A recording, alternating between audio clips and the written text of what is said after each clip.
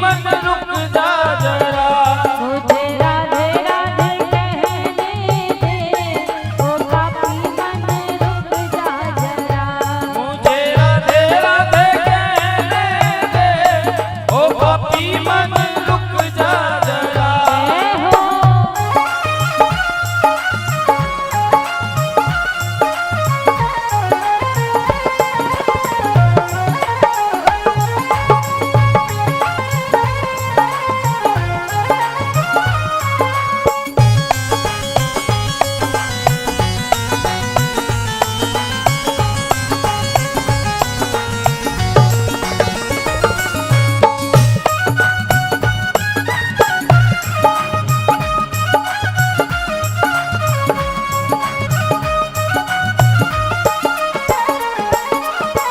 जीवन नैया डगमग डोले, जीवन नैया डगमग डोले, जीवन नैया डगमग डोले, बीच भंवर में खाए हिचकोले, बीच भंवर में खाए हिचकोले। मुझे पतवार लेने दे, ओ पापी मन रुक जा जरा।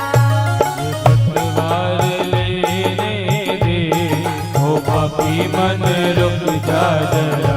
मुझे राधे राधे कहने दे, ओ पापी मन रुक जा जरा।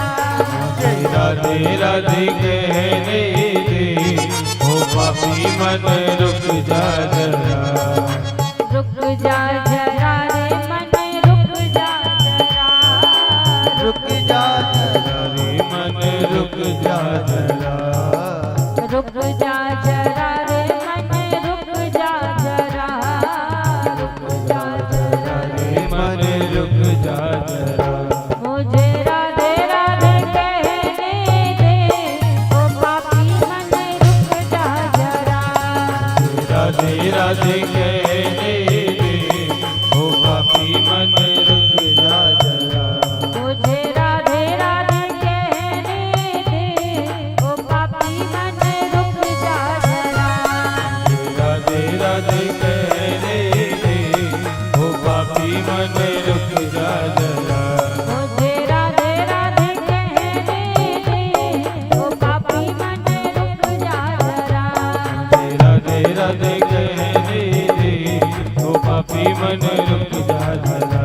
मुझे राधे राधे कहने दे, ओ पापी मन रुक जा जरा। राधे राधे कहने दे, ओ पापी मन रुक जा जरा।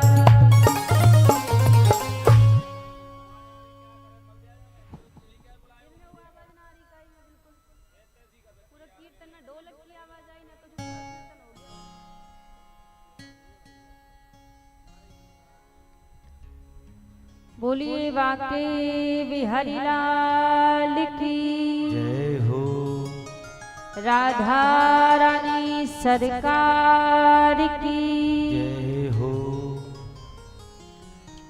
आइए सर्वप्रथम मेरे परम आराध्य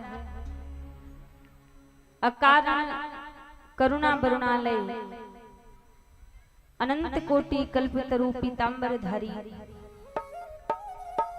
श्री राधा रमण लाल जी के पावन चरणों में प्रणाम करते हुए अनंत बलवंत संत श्री हनुमंत लाल जी महाराज के चरणों में प्रणाम करते हुए सभी संत समाज, विप्र समाज, विद्युत समाज, कथा में उपस्थित सभी भक्तजनों के हृदय में विराजित मेरे लोक लोचन सावरे सरकार के श्री चरणों में व्यासपीठ की ओर से वंदन प्रणाम करते हुए आज षष्ठम दिवस की पावन कथा में सभी प्रवेश करेंगे। कल हम सभी ने भगवान की बाल लीलाओं को श्रवण किया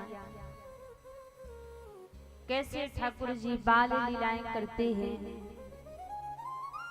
और समस्त ब्रजवासियों को प्रभु आनंद प्रदान करते हैं। ठाकुर जी का जो कृष्ण अवतार है वो लीला पुरुषोत्तम अवतार है। तो समस्त ब्रजमंडल में प्रभु लीलाएं करते हैं और लीलाएं करके समस्त ब्रजवासियों को प्रभु कल हम सभी ने बड़े ही धूमधाम से गिरिराज महाराज का पूजन किया। कैसे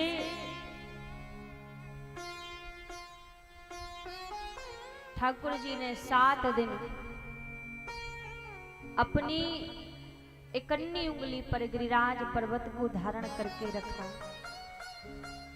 और ठाकुर जी के कहवे पर जो सभी ब्रजवासी हजारों वर्षों से इंद्र का पूजन करते आ रहे थे, वो सभी ब्रजवासियों ने वहां पर इंद्र का पूजन बंद करके गिरिराज देवता को पूजन किया। 56 प्रकार के भोग बनाए और 56 प्रकार के भोग बना के अपनी अपनी बैलगाड़ियों पर सजा के गिरिराज पर्वत की ओर सभी ब्रजवासी गए। गिरिराज देवता को जब पूजन करवे लगे तो सारे ग्वाल वाल ब्रज की जो गोपियां थी वो सभी कहने लगी, कन्हैया किसी भी देवी देवता का पूजन करने से पहले उसको स्नान कराया जाता है।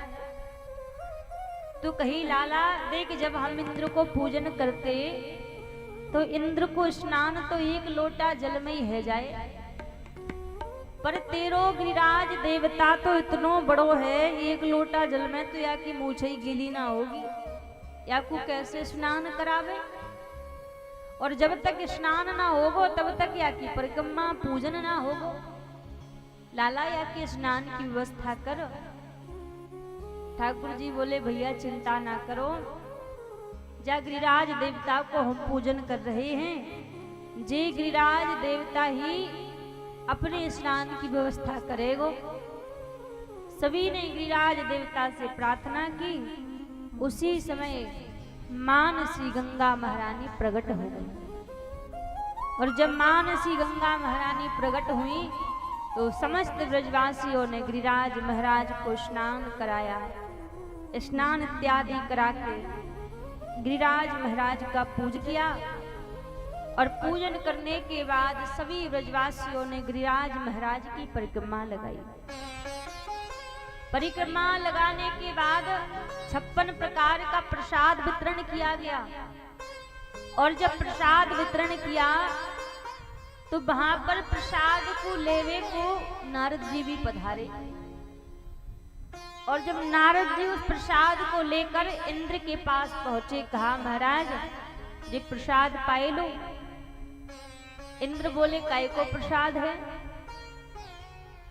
नारद जी बोले, आपको पता ना है काय को प्रसाद है? इंद्र बोले, पता होती तो हम काहे को पूछते तुमसे कि काय को प्रसाद है। नारद जी ने कही, भैया जे मानो कि तुम्हारे अपमान कोई प्रसाद है। इंद्र ने कही, भैया किसने मेरा अपमान कर दिया? किसके अंदर इतना बल आ गया जो मेरा अपमान कर दिया? नारद जी बोले, महाराज जो ब्रजवासी हजारों वर्षों से आपको पूजन करते आ रहे, आज एक 7 वर्ष के लाला के कहवे पर आपको पूजन करवो बंद कर दियो और एक पर्वत पहाड़ को पूजन कियो है। और जैसे इंद्र ने सुनी कि महाराज मेरो पूजन बंद कर दियो, एक पर्वत को पूजन कियो है, इंद्र को बड़ो क्रोध आयो और क्रोध में आकर मेघमालाओं को बुलाया। मेघमालाओं को बुला के आदेश दिया कि जाओ जाके समस्त ब्रजमंडल में प्रलयकारी बरसात कर दो। मेघमालाएं आके ब्रजमंडल में प्रलयकारी बरसात करने लगी। जब प्रलयकारी बरसात करने लगी तो सारे ब्रजवासी घबराने लगे और घबरा के सभी ब्रजवासी ठाकुर जी के पास पहुंचे और बोले, कन्हैया देख, तेरे कहवे पर हमने यहाँ इंद्र को पूजन छोड़ के तेरे गिरिराज देवता को पूजन कियो है। अब इंद्र हमसे क्रोधित है गयो, तो इंद्र के क्रोध से अब हमें कौन बचाएगो? ठाकुर जी बोले, चिंता ना करो, हमने जो गिरिराज देवता को पूजन कियो है वो गिरिराज देवता ही हमें इंद्र के क्रोध से बचाएंगे। आज सारे ब्रजवासी इकट्ठे होकर गिरिराज महाराज की शरण में पहुंचे और जाकर गिरिराज महाराज से शरण मांगने लगे। सभी ब्रजवासी इकट्ठे होकर गिरिराज जी की शरण में जाकर शरण मांग रहे हैं। गिरिराज धरण प्रभु तुम्हारी शरण, गिरिराज धरण प्रभु तुम्हारी शरण, गिरिराज धरण प्रभु तुम्हारी शरण, गिरिराज धरण प्रभु तुम्हारी शरण, तुम्हारी शरण प्रभु तुम्हारी शरण, तुम्हारी शरण प्रभु तुम्हारी शरण, गिरिराज धरण प्रभु तुम्हारी शरण, गिरिराज धरण प्रभु तुम्हारी शरण, गिरिराज धरण प्रभु तुम्हारी शरण। गिरिराज धरण प्रभु तुम्हारी शरण। ऐसे ही सभी ब्रजवासी गिरिराज महाराज की तलहटी पर पहुंचे और गिरिराज जी की तलहटी में जाके जैसे ही गिरिराज महाराज से शरण मांगी, उसी समय सभी के देखते देखते 7 कोस के गिरिराज महाराज हैं और महाराज 7 वर्ष के कन्हैया हैं। आज सभी के देखते देखते ठाकुर जी ने अपनी एक उंगली पर गिरिराज पर्वत को धारण कर लियो। जैसे एक उंगली पर गिरिराज पर्वत को धारण कियो, महाराज सारे ब्रजवासी जय जयकार करने लगे। नख पे गिरवर लीनो धार, कन्हैया मेरो बारो, नख पर गिरवर लीलो धार, कन्हैया मेरो बारो, नख पे गिरवर लीनो धार, कन्हैया मेरो बारो, नख पर गिरवर लीलो धार, कन्हैया मेरो बारो, कन्हैया मेरो बारो, गिरधारी मेरो बारो, कन्हैया मेरो बारो, गिरधारी मेरो बारो। नख पे हो नख पे, जय हो। नख पे गिरवर लीनो धार, कन्हैया मेरो बारो, नख पर गिरवर लीलो धार, कन्हैया मेरो जय बारो। हो।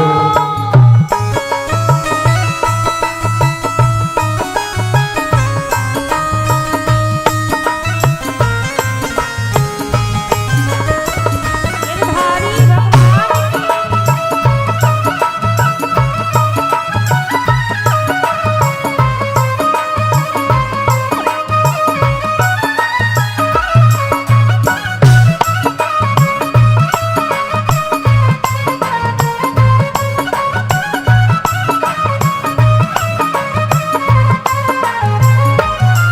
जैसे ही ठाकुर जी ने गिरिराज पर्वत को उठायो और मैया यशोदा देख के घबरावे लग गई। इतना भारी विशाल पर्वत है और मेरे लाला ने एक उंगली पर उठा रखो है। मैया यशोदा ब्रजवासी से कहवे लगी, भैया यूं कहे यशोदा मैया, निक जोर लगाओ मेरे भैया, तू कहे यशोदा मैया, निक जोर लगाओ मेरे भैया। यूं कहे यशोदा मैया, निक जोर गोदा मैया निक जोर लगो मेरे भैया गिरवर को बोझ अपार कन्हैया मेरो बारो नच पे गिरवर लीनो धार कन्हैया मेरो वारो गिरवर लीनो धार कन्हैया मेरो बारो नच पे गिरवर लीनो धार कन्हैया मेरो वारो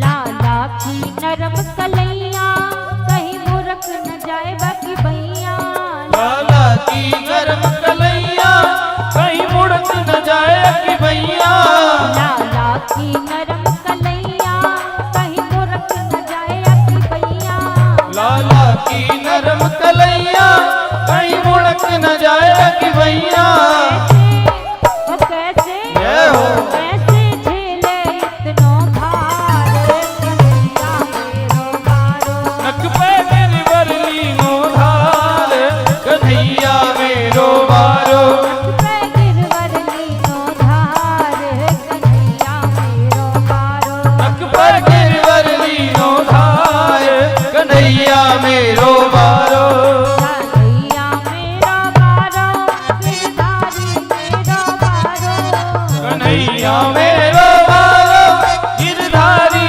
मेरो वारो नक पे गिरवर लीनो धार कन्हैया मेरो बारो पर गिरवर लीनो धार कन्हैया मेरो वारो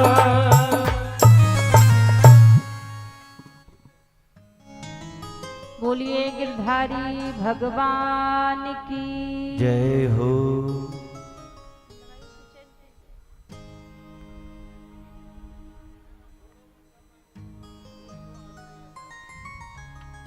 यहाँ पर महाराज जैसे ही ठाकुर जी ने गिरिराज पर्वत को उठायो और सारे ब्रजवासी गिरिराज पर्वत के नीचे आ गए और आज जब सभी ब्रजवासी गिरिराज पर्वत के नीचे आ गए महाराज मैया यशोदा ने जैसे देखो कि इतनो भारी विशाल पर्वत है मेरे लाला ने अपनी कन्नी उंगली पर इतनो बड़ो पर्वत उठाए रखो है मैया यशोदा सब ग्वाल वालन ते बोली भैया तुम सब नेक नेक अपनी लाठियन को सहारो लगाए दो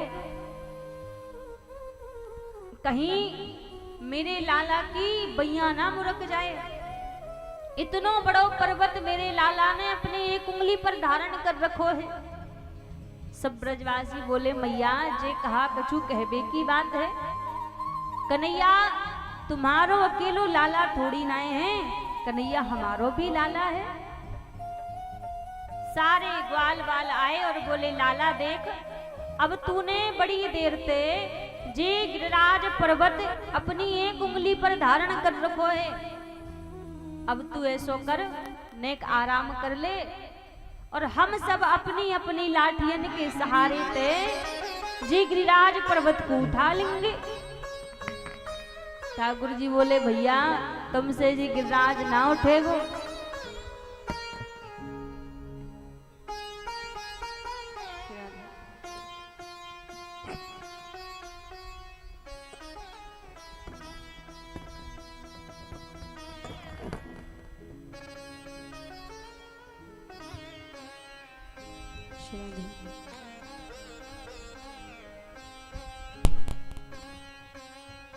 श्री राधे राधे जय राधे श्री राधे जय राधे बोलिए वाके बिहारी लाल की जय हो।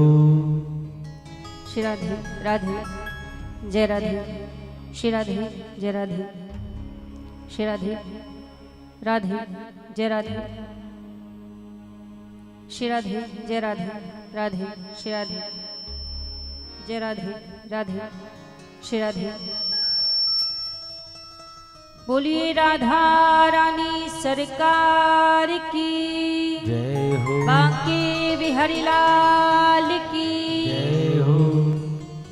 जैसे ही महाराज सारे ग्वाल बाल आए और ठाकुर जी ते बोले लाला तू ऐसो कर नेक आराम कर ले, हम अपनी अपनी लाडियन के सहारे ते जे गिरिराज पर्वत को उठा लेंगे। ठाकुर जी बोले भैया तुमसे जे गिरिराज ना उठेगो।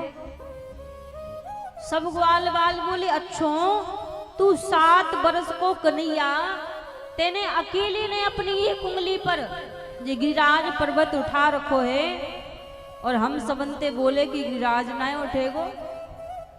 अब ठाकुर जी भैया ये तो बोल नहीं सकते कि मैं भगवान हूँ। ठाकुर जी बोले देखो यदि नहीं मानते तो प्रयास करके देख लो, उठाए के देख लो। सारे ग्वाल बाल आए और सबन ने अपनी अपनी लाठियों को लगा लियो और जैसी अपनी अपनी लाठियां लगाई ठाकुर जी ने हल्का सा अपनी उंगली को घुमाया और सबकी लाठियां टूटने लग गई। ठाकुर जी बोले भैया संभाल संभाल। सारे ग्वाल बाल बोले कन्हैया तू ही संभाल अपने गिरिराज को। ठाकुर जी ने दोबारा गिरिराज पर्वत को धारण कर लियो। अब महाराज जो और ग्वाल बाल थे वो थोड़े से उदास हो गए। छोटे छोटे सखा बोले लाला एक बात बता, इन सबन पे जे गिरिराज पर्वत उठोना है पर तेरे अंदर इतनी ताकत कांते आ गई, तेने अकेले ने जी इतनो बड़ो गिरिराज पर्वत उठाए रखो। ठाकुर जी बात बना के बोले भैया मोको कहा तुम छोटो मोटो चोर जानो, मैं कच्चो चोर ना हूं, केवल माखन किलो चुरा के ना जानू। मैंने एक नई विद्या सीखी है। ग्वाल बाल बोले अच्छा कौन सी विद्या सीखी है? ठाकुर जी बोले मैंने एक नई विद्या सीखी है कि जो भी मेरी और एक टकटकी लगा के मोकू देखेगो तो बाकी अंदर की सारी ताकत मेरे अंदर आ जाएगी। और जब मैं जी गिरिराज पर्वत उठा रहे हो तो तुम सब मेरी ओर देख रहे, तो तुम सबन के अंदर की ताकत तो मेरे अंदर आए गई और मैंने जी गिरिराज पर्वत उठाए लियो।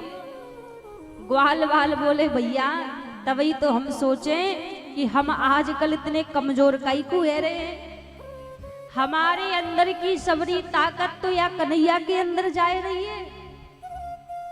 अच्छा वास्तव में सब यहाँ ठाकुर जी की जय जयकार कर रहे हैं कि लाला ने गिरिराज उठायो, लाला ने गिरिराज उठायो, पर वास्तव में ठाकुर जी ने गिरिराज पर्वत उठाया कैसे ये रहस्य कोई नहीं जानता।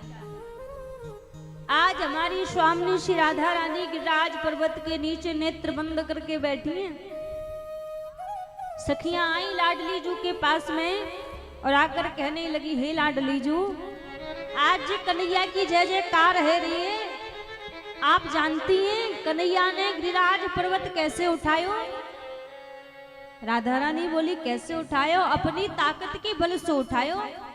सखियां बोली ना कन्हैया में इतनी ताकत काते आ गई जो गिरिराज पर्वत उठाए लेगो। तो राधा रानी बोली फिर कैसे उठायो?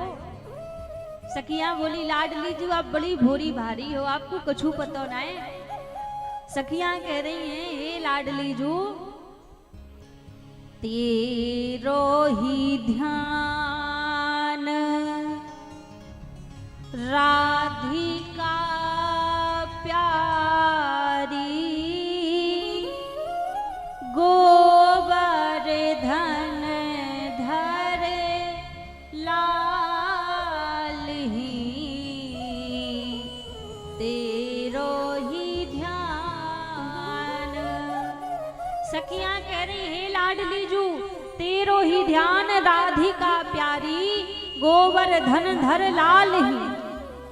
ठाकुर जी ने जो गिरिराज पर्वत उठायो है ये आपकी कृपा के बल सो उठायो है। जब ठाकुर जी गिरिराज पर्वत उठा रहे तो गिरिराज देवता के चरणों में प्रार्थना कर रहे हैं, गिरिराज देवता यदि राधा रानी के चरणों में मेरी प्रीति सांची होवे तो आप मेरे ऊपर कृपा कीजो। तो आज जो गिरिराज पर्वत उठाया है वो राधा रानी की कृपा के बल सो ठाकुर जी ने गिरिराज पर्वत उठाया। यहाँ से ठाकुर जी ने भी कह दिया कि भैया जे गिरिराज पर्वत उठावे में मेरो कछु नाए लगो।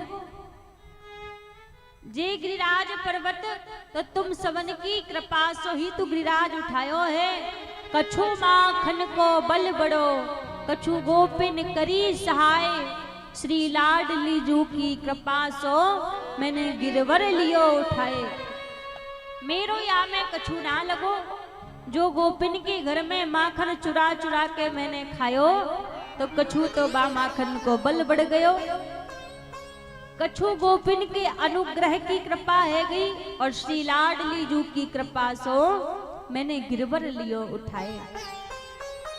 या गिरिराज पर्वत को उठावे में मेरो कछु नाए लगो। सब ठाकुर जी की जय जयकार कर रहे हैं।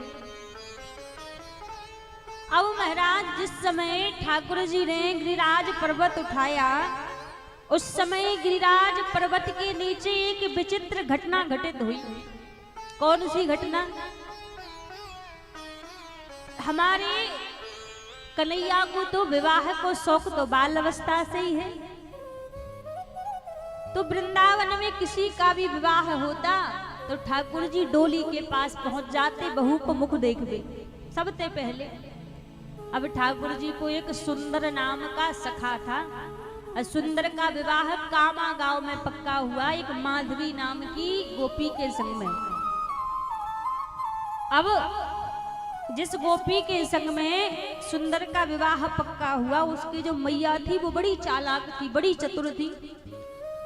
अपनी बेटी को पहले ही समझा दिया कि देख जहां तेरा विवाह हो रहा है वहां एक जादूगर रहता है, तू कबहू बा जादूगर की और देख मत लियो। और तो और वो बांसुरी बजाता है, कभी गलती सो बाकी बांसुरी मत सुन लियो, पहले ही समझा दिया।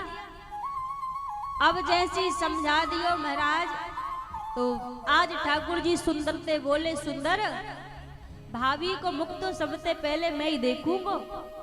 सुंदर बोले, लाला तेरी भाभी है तू देख लियो। और सुंदर का विवाह हुआ।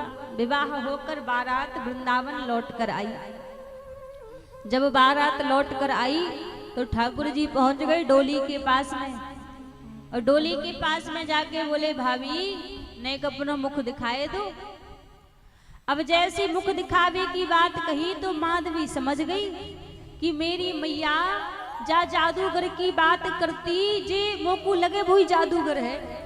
तो मुख दिखावो तो दूर की बात और लंबो घूंघट डाल लियो। मुख नाए दिखाए और ठाकुर जी फिर बोले, भाभी एक बार अपना मुख दिखाए दे। माधवी ने मना कर दी। जब माधवी ने मना अपना मुख नहीं दिखाया तो ठाकुर जी वहां से जाने लगे। और जाते जाते याद रखना, जिस दिन आप मुझे देख लोगी उस दिन आप दुनिया में किसी को देखने के योग्य नहीं बचोगी। इतना कह के ठाकुर जी वहां से आ गए। लेकिन आज जब गिरिराज पर्वत के नीचे ठाकुर जी ने गिरिराज पर्वत उठाया तो ये जो माधवी नाम की सखी थी ये भी महाराज गिरिराज पर्वत के नीचे ही थी। आज मुखमंडल पर कोई पर्दा नहीं है, आज माँ के वचन याद नहीं है। यहाँ पर सब ठाकुर जी की जय जयकार कर रहे हैं। गिरधारी भगवान की जय हो, गिरधारी भगवान की जय हो। तो ये जो माधवी नाम की सखी थी ये सोचने लगी कि एक बार जरा देखूं तो सही है कैसे। एक बार देखने से क्या ही हो जाएगा, एक बार देख लेती हूं। और जैसे ही इसने भगवान को देखने का प्रयास किया, ठाकुर जी ने जिस उंगली पर गिरिराज पर्वत को उठा रखा था उस उंगली के दर्शन किए और केवल मात्र माधवी ने भगवान के मोर मुकुट के दर्शन किए, मुखमंडल के दर्शन नहीं किए। मोर मुकुट के दर्शन करते ही महाराज आंखों से तरतर अश्रुपात बहने लगे, रुदन करने लगी। स्थिति कैसी है? पलके कहे मूंद ले मोहन को, पुतली कहे और निहारन दे, असुआ कहे चरण पखारन दे। स्थिति ऐसी है, आंख की पलके कहती हैं सुंदर दृश्य को नेत्रों में बंद कर लो। आंख की पुतली कहती है अभी नहीं, अभी तो और देखना है। अश्रु बह रहे हैं, अश्रु मानो बोल रहे हैं कि अभी तो इनके चरणों को पखारना है। ऐसी स्थिति है। अब महाराज देखते देखते माधवी अपनी माँ को कोसने लगी, अपनी माँ से कहने लगी, माँ आपके कहवे पर अभी तक मैंने इनके दर्शन नहीं किए, मैं इनके दर्शनों से वंचित रही, लेकिन मैं जो अगला जन्म लेकर आऊंगी माँ, उसमें आपकी बात तो छोड़ो, मैं इस दुनिया में किसी की बात नहीं मानूंगी। इतना कहकर माधवी के हृदय में इतना ब्रह बढ़ा, इतना विलाप बढ़ा हृदय में। रोते रोते गिरिराज पर्वत के नीचे ही माधवी ने अपने प्राण त्याग दिए और अंत में केवल मात्र गिरिराज पर्वत के नीचे एक ही वचन कहे, मेरे तो गिरधर गोपाल दूसरों ना कोई, जाके सर मोर मुकुट मेरो पति होए। इतना कहकर माधवी ने गिरिराज पर्वत के नीचे ही अपने प्राण त्याग दिए। जब अपने प्राण त्याग दिए तो हुआ क्या? यही माधवी नाम की सखी, माधवी नाम की गोपी इस कली काल में राजस्थान की पावन भूमि में भक्तिमती मीराबाई के रूप में अवतरित हुई। और मीरा जी का जीवन कैसा पवित्र जीवन रहा है ये सभी जानते हैं। महाराज मीरा जी छोटी सी थी और जब मीरा जी छोटी सी थी तो अपनी माँ के संग में सत्संग में जाया करती थी। 5 वर्ष की मीरा जी की अवस्था थी, आयु थी, और 5 वर्ष की आयु में मीरा जी अपनी माँ के संग में सत्संग में जाया करती। जब सत्संग में जाती एक बार एक संत मीरा जी के यहाँ सत्संग में पधारे, और जब सत्संग में पधारे तो अपनी माँ के साथ मीरा जी सत्संग में गई। और जब सत्संग में गई तो उन संत के पास में गिरधर गोपाल जी थे। गिरधर गोपाल जी का श्री विग्रह था। अब बाल अवस्था थी, 5 वर्ष की मीरा जी की आयु थी। गिरधर गोपाल को जैसे ही मीरा जी ने देखा और गिरधर गोपाल को देखकर मीरा जी रोने लगी, रुदन करने लगी। अपनी माँ से बोली, माँ ये तो मेरे गिरधर गोपाल हैं, इनसे मैं पहले मिल चुकी हूँ। ये जो संत ने गिरधर गोपाल को ले रखा है ये मेरे गिरधर गोपाल हैं। अब महाराज जैसी मीरा जी कहने लगी कि मेरे गिरधर गोपाल हैं, इनकी माँ समझाने लगी, मीरा ये तेरे गिरधर गोपाल नहीं है, ये तो जो संत आए हैं इनके गिरधर गोपाल हैं। मीरा जी बोली, ना माँ मैं सच कह रही हूँ, मैं पहले इनसे मिल चुकी हूँ, ये मेरे गिरधर गोपाल हैं। रुदन करने लगी, मुझे मेरे गिरधर गोपाल चाहिए, गिरधर गोपाल चाहिए। मीरा जी की माँ ने मीरा जी को लिया, वहां से वापस घर आ गई, अपने महल में आ गई। मीरा जी को समझा रही है, मीरा वो गिरधर गोपाल तुम्हारे नहीं है, वो तो जो संत आए हुए हैं उनके गिरधर गोपाल हैं। मीरा जी ने तो रोना प्रारंभ कर दिया, जल का त्याग कर दिया, भोजन का त्याग कर दिया 5 वर्ष की आयु में, और जिद पकड़ कर बैठी है, माँ वो मेरे गिरधर गोपाल है, मुझे मेरे गिरधर गोपाल चाहिए। रोते रोते पूरी रात बीत गई, ना जलपान कर रही है ना भोजन कर रही हैं, जिद पकड़ कर बैठी है, मुझे मेरे गिरधर गोपाल चाहिए। अब महाराज मीरा जी की माँ तो राजमाता है। तो जाकर संत से अनुग्रह करने लगी, निवेदन करने लगी, महाराज मेरी बेटी जिद पकड़ कर बैठी है, बाल हट है, रुदन कर रही है कि मुझे गिरधर गोपाल चाहिए। तो क्या आप मेरी बेटी के लिए अपने गिरधर गोपाल दे दोगे? जैसे संत से कहा, संत को तो क्रोध आ गया कि गिरधर गोपाल कोई मांगने की वस्तु है या कोई खेल खिलौना है जो मैं आपकी बेटी के लिए दे दूं? क्रोध कर दिया मीरा जी की मां के ऊपर। अब विचार करो, आपके घर के जो सेवायत ठाकुर जी है, कोई आकर उन ठाकुर जी को मांगने लग जाए। स्वप्न में आकर कहने लगे, महाराज मैंने आपकी सेवा को स्वीकार कर लिया, आपकी सेवा यहीं तक थी, लेकिन अब मैं आपकी सेवा स्वीकार कर चुका हूं, अब लेकिन आगे की सेवा में मीरा के हाथ से स्वीकार करूंगा। तो आप ऐसा करो, मुझे मीरा जी को दे दो। गिरधर गोपाल जब उन संत से आकर स्वप्न में कहने लगे कि अब आगे की सेवा में मीरा के हाथ से स्वीकार करूंगा, अब संत की स्थिति देखो महाराज कि जिन गिरधर गोपाल की सेवा करते करते पूरा जीवन बिता दिया, बाल अवस्था बिता दी, युवावस्था बिता दी, अब वृद्धावस्था चल रही है, पूरा जीवन जिन संत ने गिरधर गोपाल की सेवा करते करते बिता दिया, आज वो गिरधर गोपाल स्वप्न में आकर कह रहे हैं कि मैं अब आगे से मीरा के हाथ से सेवा स्वीकार करूंगा। जरा स्थिति सोचो, उन संत की स्थिति कैसी होगी जिनके ठाकुर जी ही सर्वस्व हो, जिनके ठाकुर जी ही प्राण धन हो, और एक क्षण के लिए भी उनके ठाकुर जी यदि उनकी नजरों से दूर हो जाएं, उनके नेत्रों से ओझल हो जाएं, तो उनकी स्थिति तो ऐसी रहती है, उनको लगता है संसार सूना हो गया।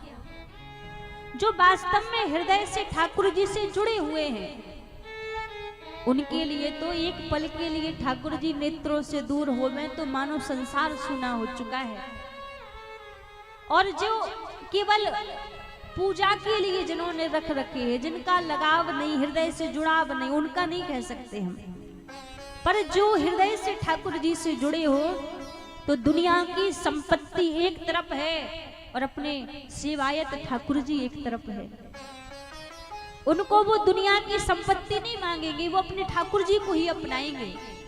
और जब वही ठाकुर जी आकर कहें कि अब मैं आगे से सेवा किसी दूसरे के हाथ से स्वीकार करूंगा, तो मानो उस समय स्थिति कैसी होगी। आज गिरधर गोपाल संत से कह रहे हैं कि मैं आगे की सेवा अब मीरा के हाथ से स्वीकार करूंगा, तुम्हारी सेवा यहीं तक थी, मैंने तुम्हारी सेवा स्वीकार कर ली। रात्रि बीत गई, भोर की बेला हुई, गिरधर गोपाल को लेकर आज मेवाड़ के महलों में संत पहुंच गए मीरा जी के निकट। और मीरा जी के निकट जाकर संत कहने लगे, मीरा जी तो जिद पकड़ के बैठी थी, भोजन इत्यादि सब त्याग दिया कि मुझे मेरे गिरधर गोपाल चाहिए। जब संत पहुंचे और मीरा जी से जाकर कहने लगे, मीरा तू सच कह रही थी, ये गिरधर गोपाल तेरे ही है, ये मेरे गिरधर गोपाल नहीं है, तू सच कह रही थी, ये तेरे ही गिरधर गोपाल है, इसलिए ये गिरधर गोपाल तेरे पास चलकर आए हैं। और जाकर उन गिरधर गोपाल को संत ने मीरा जी को सौंप दिया, मीरा जी को दे दिया। वो संत वहां से लौटकर आ गए। अब 5 वर्ष की आयु में ही मीरा जी को ठाकुर जी की सेवा प्राप्त हो गई थी। और एक बात आपसे कहें, जो ठाकुर जी की सेवा है, जहां तक प्रयास हो कि कोई लाकर आपको सेवा देवे, तब आप ठाकुर जी की सेवा करो तो वो उत्तम सेवा मानी जाती है। अब आजकल तो ऐसा चल गया है भाई, 2 दिन व्यक्ति इंतजार नहीं करता, अब कोई लाके नहीं दे सो जाएंगे दुकान से दुकान के खरीद के ले आएंगे ठाकुर जी को। कभी कभी इंतजार किया करो कि कोई गुरुजन आके हमें ठाकुर जी की सेवा दे दे, कोई भक्त आके ठाकुर जी की हमें सेवा देवे, तब हम ठाकुर जी की सेवा करें तो वो उत्तम सेवा मानी जाती है। आजकल तो दुकान से खरीद के लाके सब सेवा कर रहे हैं ठाकुर जी की। बहुत कम 100-200 में से 1-2 घर ऐसे होंगे कि जहाँ किसी संत ने सेवा दी होगी, तब वो सेवा कर रहे होंगे। जब मीरा जी को ठाकुर जी की सेवा मिली तो मीरा जी अत्यंत प्रसन्न हो गई। जब कोई मीरा जी से पूछता, मीरा तुम्हें ये गिरधर गोपाल कहाँ से मिले, कहाँ से लेकर आई हो अपने गिरधर गोपाल को? मीरा जी सबको जवाब देती, महाराज मैं कहीं से लेकर नहीं आई हूं।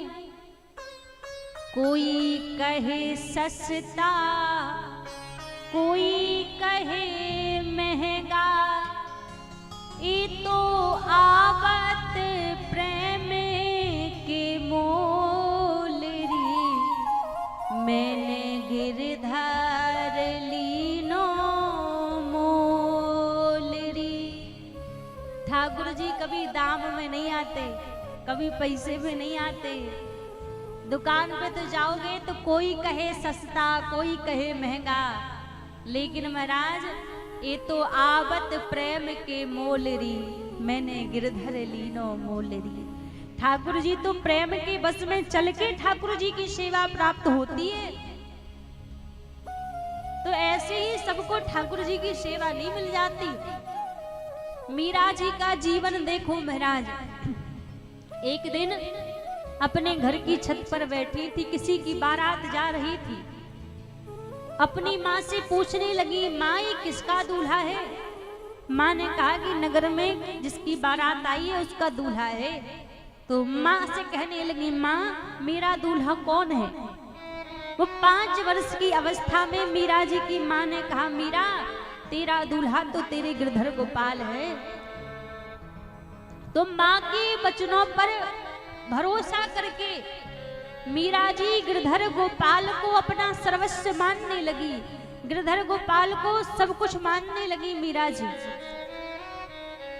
अब धीरे धीरे क्या हुआ, मीरा जी का प्रेम इतना बढ़ने लगा प्रभु के प्रति, इतना अनुराग मीरा जी का बढ़ने लगा, तो सबको ऐसा लगा कहीं ऐसा ना हो मीरा जोगन ना बन जाए, मीरा कहीं बैरागन ना बन जाए, समय रहते इसका विवाह करवा दो।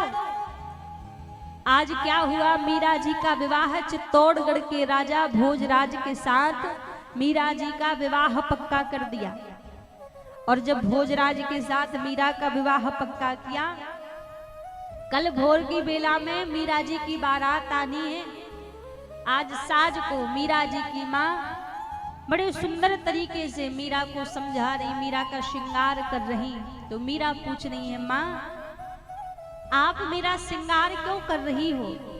मुझे आप इतना तैयार क्यों कर रही हो? मीरा जी की माँ बोली, मीरा कल तेरी बारात आने वाली है, कल तेरा विवाह है, इसलिए तुझे सजा रही हूँ। कल तेरा दूल्हा तुझे लेने के लिए आएगा। मीरा जी बोली, माँ मेरा दूल्हा? मेरा दूल्हा मेरे गिरधर गोपाल तो मेरे संग रहते हैं। माँ ने कहा, नहीं मीरा, कल तेरा विवाह है, चित्तौड़गढ़ के राजा भोजराज के साथ तुम्हारा विवाह होने वाला है। मीरा जी बोली, माँ आप ये क्या बोल रही हो? आपने ही तो मुझसे कहा था कि मेरा दूल्हा तो मेरे गिरधर गोपाल है। और जिस दिन आपने मुझसे कहा था कि मेरा दूल्हा मेरे गिरधर गोपाल है, उस दिन से मैं अपने गिरधर गोपाल को ही सर्वस्व मान बैठी हूँ। और अब आप कहती हो कि मेरा विवाह किसी और के साथ आप करा दोगी। मैं कैसे स्वीकार करूंगी माँ, मैं स्वीकार नहीं कर पाऊंगी, क्योंकि मैंने तो अपना सर्वस्व मेरे गिरधर गोपाल को ही मान लिया है। मीरा की माँ ने कहा, मीरा उस समय तू छोटी थी, वो तो तेरा मन रखने के लिए मैंने तुझसे कह दिया था कि तेरा दूल्हा तेरे गिरधर गोपाल है। मीरा जी बोली, माँ आपने मन रखने के लिए कहा था, लेकिन अब तो मेरा मन मेरे गिरधर गोपाल के चरणों में रखा गया है, अब तो पक्का हो चुका है, जो हटने वाला नहीं है। मीरा जी की माँ वहां से चली गई। महाराज रात्रि का समय है, गिरधर गोपाल के सामने मीरा जी बैठी हैं और गिरधर गोपाल के सामने बैठकर मीरा जी रुदन कर रही हैं। गिरधर गोपाल से प्रार्थना कर रही हैं, हे नाथ, ये दुनिया क्या कहती है क्या नहीं कहती, मुझे उस बात की कोई चिंता नहीं है। मैं बस इतना जानना चाहती हूँ, क्या आपने मुझे स्वीकार किया है? मैं तो हृदय से आपको स्वीकार कर चुकी हूँ, क्या आपने मुझे स्वीकार किया है? मैं बस इतना जानना चाहती हूँ। यदि आप मुझे स्वीकार कर लें तो फिर मुझे इस दुनिया की चिंता नहीं है। रोते रोते मीरा जी की आंख लग गई, मीरा जी की नींद लग गई। जब रोते रोते मीरा जी की नींद लगी, रात्रि बीत गई। अब जब रात्रि बीती, जब भोर की बेला में मीरा जी की माँ मीरा को जगाने के लिए कक्ष में आई, तो आज मीरा जी की माँ ने मीरा के कक्ष में एक अद्भुत दृश्य देखा। क्या देखा कि जो मीरा को समझा के रात्रि में गई हुई थी, आज उस मीरा के हाथों में मेहंदी लगी हुई है। मीरा की मांग में सिंदूर भरा हुआ है। इतना सुंदर मीरा जी ने विवाह का जोड़ा पहन रखा है और उस जोड़े को पहनकर हाथ में मेहंदी लगी हुई है, मांग में सिंदूर लगा हुआ है और मीरा जी निंद्रा में सो रही है। माँ ने आके मीरा को जगाया, मीरा मीरा देख उठ, ये क्या स्थिति तूने अपनी बना रखी है? ये तूने मेहंदी कहाँ से लगा ली, सिंदूर कहाँ से, और ये जोड़ा तेरे पास कहाँ से आया? मीरा जी मुस्कुरा के जैसी उठी, अपनी माँ से बोली, माँ आप कह रही थी ना कि मैंने मन रखने के लिए कहा था कि तेरा दूल्हा तेरे गिरधर गोपाल है। माँ ये बात केवल मैं अकेली नहीं मानती कि मेरे दूल्हा मेरे गिरधर गोपाल है। मेरे गिरधर गोपाल ने भी मुझे स्वीकार कर लिया है। माँ बोली, तू क्या पागलों की तरह बात कर रही है? मीरा जी बोली, माँ मैं पागल की तरह बात नहीं कर रही हूँ, ये जो आप देख रही है ना, ये उसी का दृश्य है, उसका प्रमाण है कि मेरे गिरधर गोपाल भी मुझे स्वीकार करते हैं। मीरा जी की माँ बोली, आज हजारों बाराती बारात में द्वार पर आने को तैयार है और तू कैसी बात कर रही? तू यहाँ सज धज करके बैठी, सिंदूर लगा के बैठी। मीरा जी मुस्कुरा कर बोली, माँ आप हजार बाराती की बात कर रही हो, आपको क्या पता है रात्रि में मेरी बारात में 33 कोटि देवता मेरी बारात में आए थे और मेरे गिरधर गोपाल मुझे ब्याहने के लिए आए थे। और माँ ये जो मेहंदी आप देख रहे हैं, ये गिरधर गोपाल के नाम की मेहंदी है, और ये जो मेरी मांग में आप सिंदूर देख रही हैं, ये मेरे गिरधर गोपाल ने ही मुझे सिंदूर लगाया है। और माँ आपको भरोसा नहीं तो ये जो आप जोड़ा देख रही हैं, आपके पूरे राजभवन में किसी के पास इतना ऐसा विवाह का जोड़ा नहीं होगा जो मेरे गिरधर गोपाल मुझे लेकर आए थे। स्वप्न में गिरधर गोपाल ने आकर मीरा जी को स्वीकार कर लिया। अब मीरा जी की माँ ने दासियों को बुलाया और बोले, मीरा तो पागल हो गई है, उसके मांग का वो सिंदूर धुलवाया, वो जोड़ा अलग निकाल दिया, हाथ की मेहंदी का क्या करेंगे? मेहंदी तो निकलने वाली नहीं। दोबारा मीरा को तैयार किया, भोजराज बारात लेकर आए, लेकिन अब मीरा जी को चिंता नहीं है। अब चिंता इसलिए नहीं, अब तो प्रसन्न है, क्योंकि मीरा जी को अपने गिरधर गोपाल की तरफ से स्वीकृति मिल चुकी है। गिरधर गोपाल ने स्वीकार कर लिया है, इसलिए अब इनको अपनी चिंता नहीं है। अब तो भोजराज के साथ मीरा का विवाह हुआ।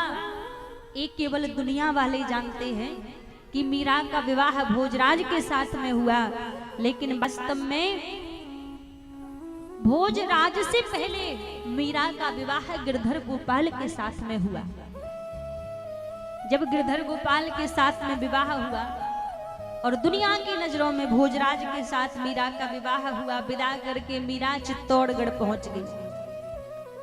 अब जब मीरा जी चित्तौड़गढ़ पहुंच गई तो जो भोजराज थे, चित्तौड़गढ़ के राजा, वो मीरा जी की भक्ति को जानते थे, उनकी भक्ति से परिचित थे, तो उनका मीरा जी के साथ मित्रता का संबंध था।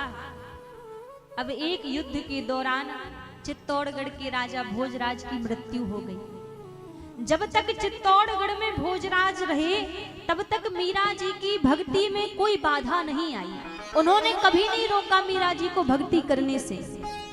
लेकिन जब भोजराज की मृत्यु हो गई तो फिर भोजराज के चचेरे भाई राणा जी का राज चित्तौड़गढ़ में आया।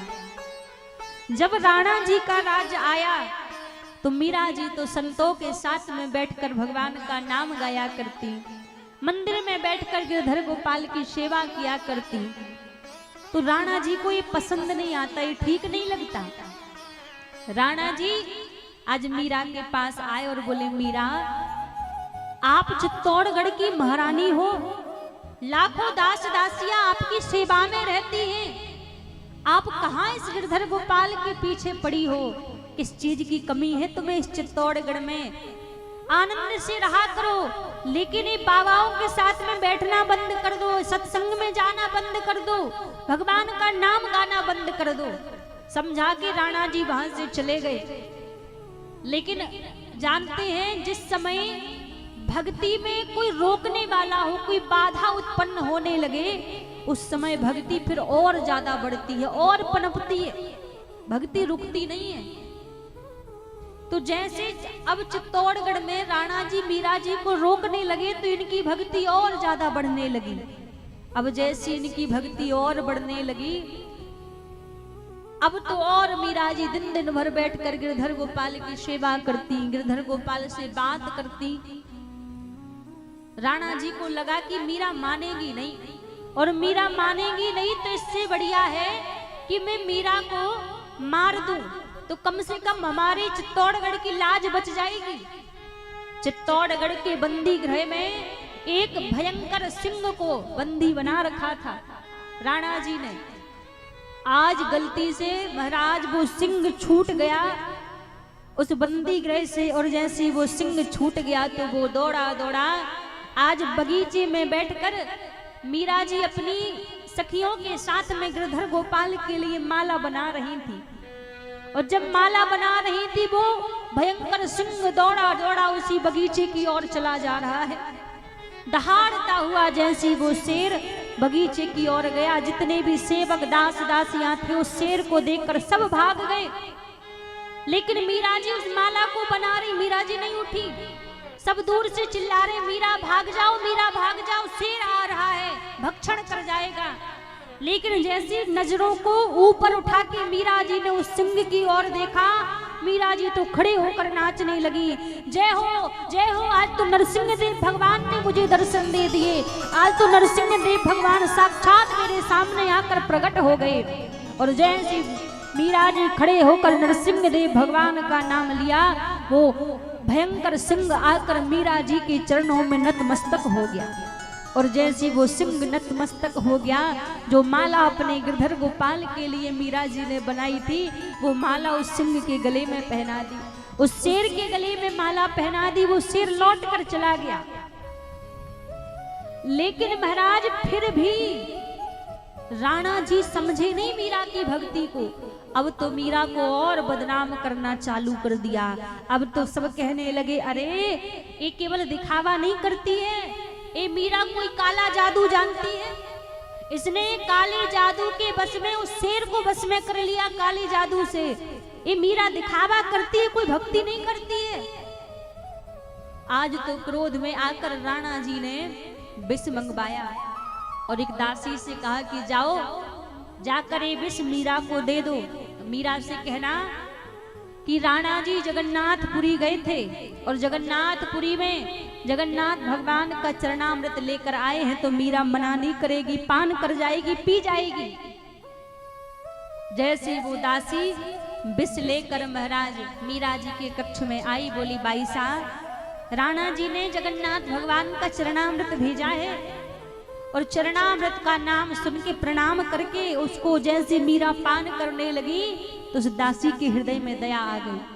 वो दासी कहने लगी, बाई साहब, इसको मत पीजिए, इसमें चरणामृत नहीं है, इसमें राणा जी ने विष भेजा है आपको मारने के लिए, इसको मत पीजिए।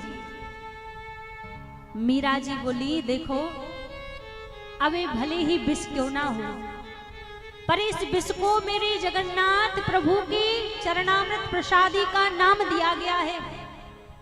अब यदि मैं इसका त्याग करूंगी तो मेरी भक्ति पर कलंक लग जाएगा। दुनिया के लोग कहेंगे कि मीरा जी को विष पर भरोसा था, लेकिन अपने जगन्नाथ प्रभु पर भरोसा नहीं था, जो उस विष का त्याग कर दिया, उस प्रसाद का त्याग कर दिया।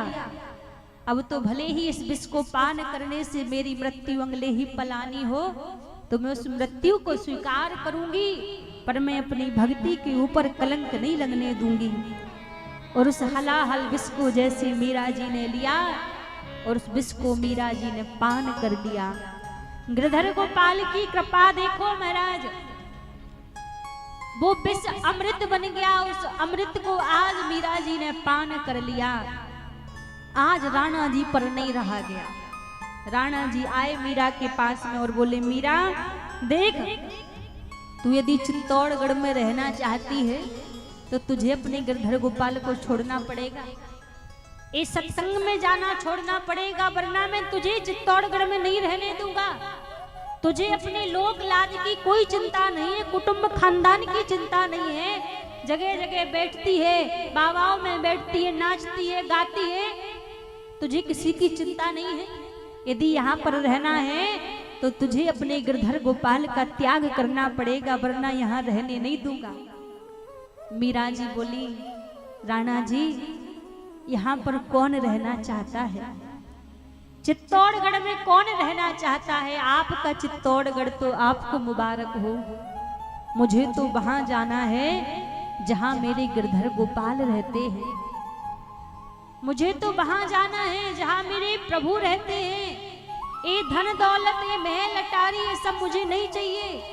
ये तुम्हारे महल अटारी, ये सुख वैभव, ये संपत्ति, ये आप ही संभालो। मैं तो वहां जाऊंगी जहां मेरे गिरधर गोपाल रहते हैं। और आज संतों की आज्ञा लेकर मीरा जी ने अपनी यात्रा प्रारंभ कर दी। और यात्रा प्रारंभ करी मीरा जी ने वृंदावन की। वृंदावन की यात्रा करके आज तो मगन होकर ब्रज की ओर मीरा जी चल दी। हो मीरा दीवानी हो गई रे, मीरा मस्तानी हो गई। ओ मीरा दीवानी हो गई रे, मीरा मस्तानी हो गई। मीरा दीवानी हो गई रे, मीरा मस्तानी हो गई। मीरा दीवानी हो गई रे, मीरा मस्तानी हो गई। श्याम रंग में रंगी चुनरिया हो,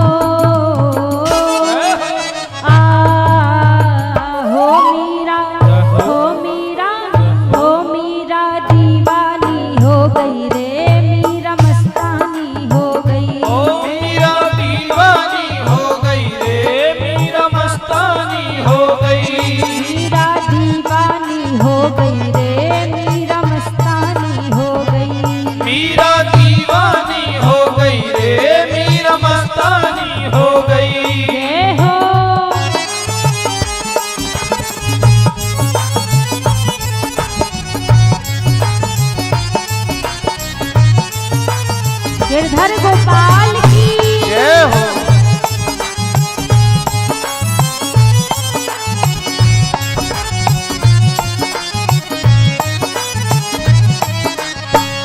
जय हो।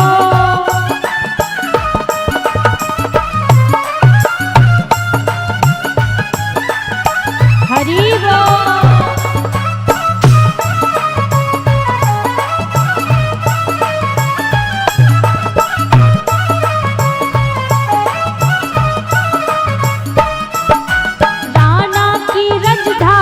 छोड़ी लोक लाज सब छोड़ी, राणा की राजधानी छोड़ी, लोक लाज सब छोड़ी। राणा की राजधानी छोड़ी, लोक लाज सब छोड़ी। राणा की राजधानी छोड़ी, लोक लाज सब छोड़ी। रंग के श्याम रंग में चूनर मीरा जी ने ओढ़ी।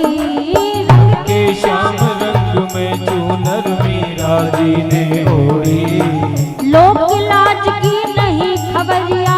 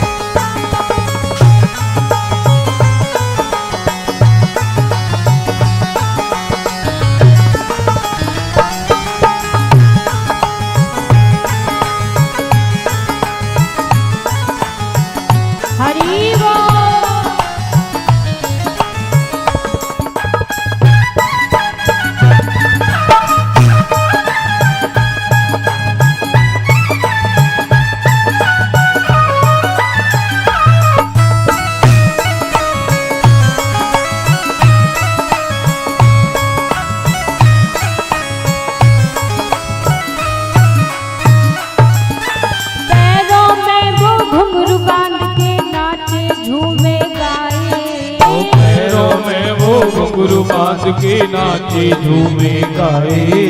पैरों में वो घुंघरू बांध के नाचे झूमे गाए। पैरों में वो घुंघरू बांध के नाचे झूमे गाए। भई बिहरनी शाम बिरह की और न कोई भाए। वही बिरहने श्याम बिरह की और न कोई भाए। वृंदावन की गई डगरिया हो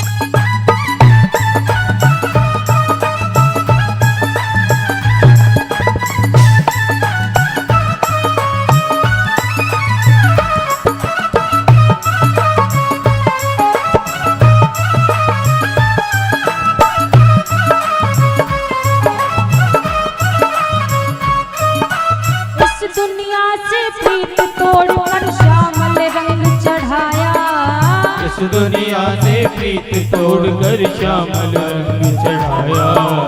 इस दुनिया से प्रीत तोड़कर श्यामल रंग चढ़ाया। इस दुनिया से प्रीत तोड़कर श्यामल रंग चढ़ाया। साथ सभी का दिया छोड़कर गिरधर गाया। साथ सभी का दिया छोड़कर गिरधर गाया। लोक लाज की नहीं खबरिया हो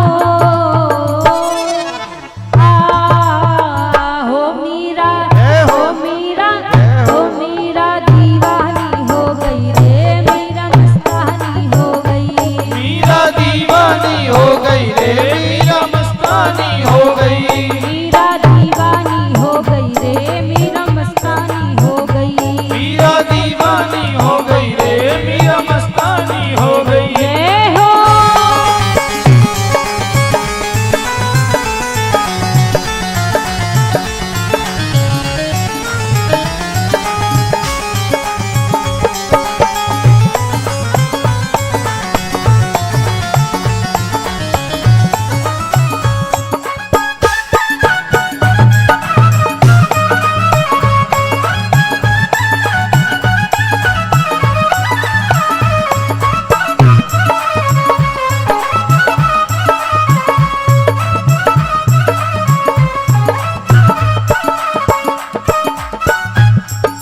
लगन लगी है तेरे दरस की और न कोई भाए। लगन लगी है तेरे दरस की और न कोई भाए। लगन लगी है तेरे दरस की और न कोई भाए।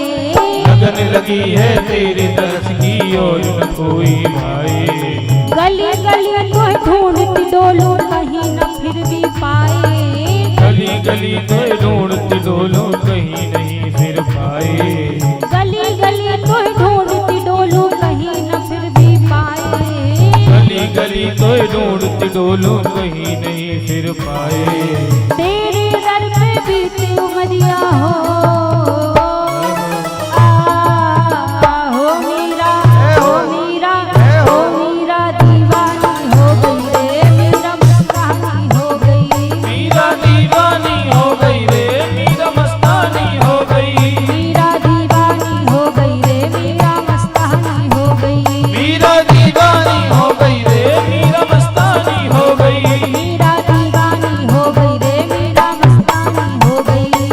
दीवानी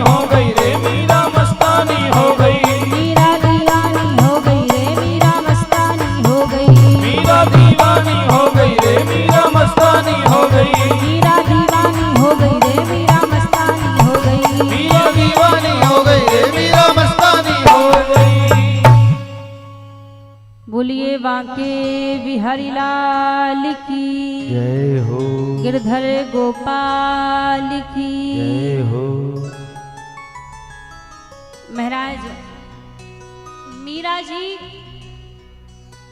वृंदावन की यात्रा पर चली, वृंदावन की ओर मीरा जी गई। लेकिन वृंदावन में भी मीरा जी को गिरधर गोपाल नहीं मिले। जब वृंदावन में भी गिरधर गोपाल मीरा जी को नहीं मिले, तब महाराज किसी ने मीरा जी से कह दिया कि मीरा, गिरधर गोपाल तो द्वारिकापुरी में रहते हैं। तो मीरा जी द्वारिकापुरी चली गई और द्वारिकापुरी में मीरा जी को गिरधर गोपाल के दर्शन हुए। लेकिन जब चित्तौड़गढ़ को मीरा जी ने त्याग दिया, उसी दिन से चित्तौड़गढ़ में सूखा पड़ने लगा। कहीं जगह जगह पानी के लिए सब तरसते, क्योंकि चित्तौड़गढ़ से भक्त अपराध हो गया था। संतों ने राणा जी से कहा कि आपके द्वारा एक भक्त अपराध हुआ है, इसी कारण से चित्तौड़गढ़ में जगह जगह कहीं सूखा पड़ जाए, कहीं अत्यधिक बारिश हो जाए, भूख प्यास से लोग तरसने लगे। तब राणा जी से कहा कि आप यदि मीरा जी को वापस चित्तौड़गढ़ में ले आए तो हो सकता है कि भक्त अपराध मिट जाए, तो चित्तौड़गढ़ में दोबारा से सब हरा भरा हो जाए। राणा जी ने कुछ संतों को, ब्राह्मणों को बुलाया और उनसे कहा कि देखो, मैं मीरा का अपराधी हूं, मैंने मीरा को बड़े कष्ट दिए हैं, तो मैं जाऊंगा तो शायद मीरा नहीं आएगी। लेकिन यदि आप लोग जाएंगे लेने के लिए तो शायद आपके जाने से मीरा जी लौट कर आ जाए। तो कुछ संत चित्तौड़गढ़ गए मीरा जी को लेने के लिए।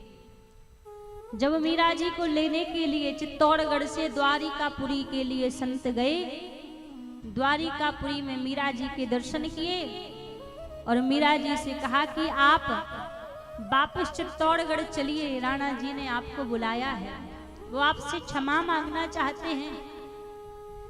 मीरा जी ने कहा कि देखो, मैं आपकी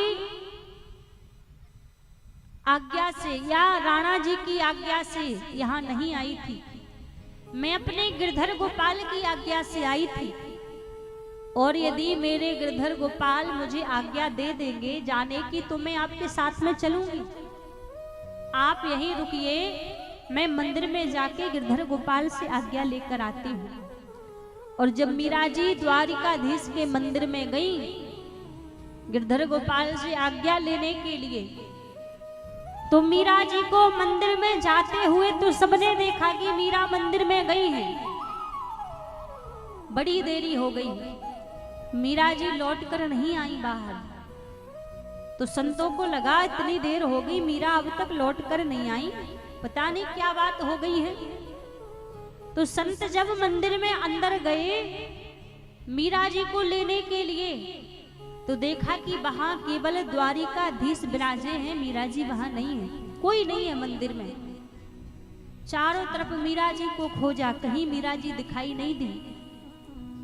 लेकिन जब द्वारिकाधीश के निकट जाके जब दर्शन किए, तो मीरा जी ने जो वस्त्र पहन रखे थे उसमें से द्वारिकाधीश के मुख में से मीरा जी की चुनरी का एक कोर बाहर निकला हुआ था, जिससे सभी संतों को पता लगा कि मीरा कहीं गई नहीं है, मीरा तो सह शरीर द्वारिका नाथ के हृदय में समाहित हो गई। तो महाराज मीरा जैसे भक्त के लिए ठाकुर जी अपने हृदय में स्थान देते हैं, तो आज मीरा जी को भी प्रभु ने अपने हृदय में स्थान दिया। तो ऐसी मीरा जी के ऊपर प्रभु ने कृपा की तो पूर्व के जन्म में जो मीरा थी वो माधवी सखी थी, और माधवी सखी ने केवल मात्र गिरिराज पर्वत के नीचे भगवान के मोर मुकुट के दर्शन किए थे, और मोर मुकुट के दर्शन करते ही एक ही बात माधवी सखी ने कही, मेरे तो गिरधर गोपाल दूसरो ना कोई, जाके सर मोर मुकुट मेरो पति हो। तो पूर्व जन्म का प्रभाव था, पूर्व जन्म का प्रारब्ध था जो मीरा जी की भक्ति को बढ़ाने में सहायक रहा। तो मीरा जी की बड़ी दिव्य चरित्र है मीरा जी का, कैसे गिरधर गोपाल को मीरा जी ने प्राप्त कर लिया। तो यहाँ पर प्रथम बार मीरा जी ने अपने पूर्व जन्म में गिरिराज पर्वत के नीचे ठाकुर जी के दर्शन किए थे।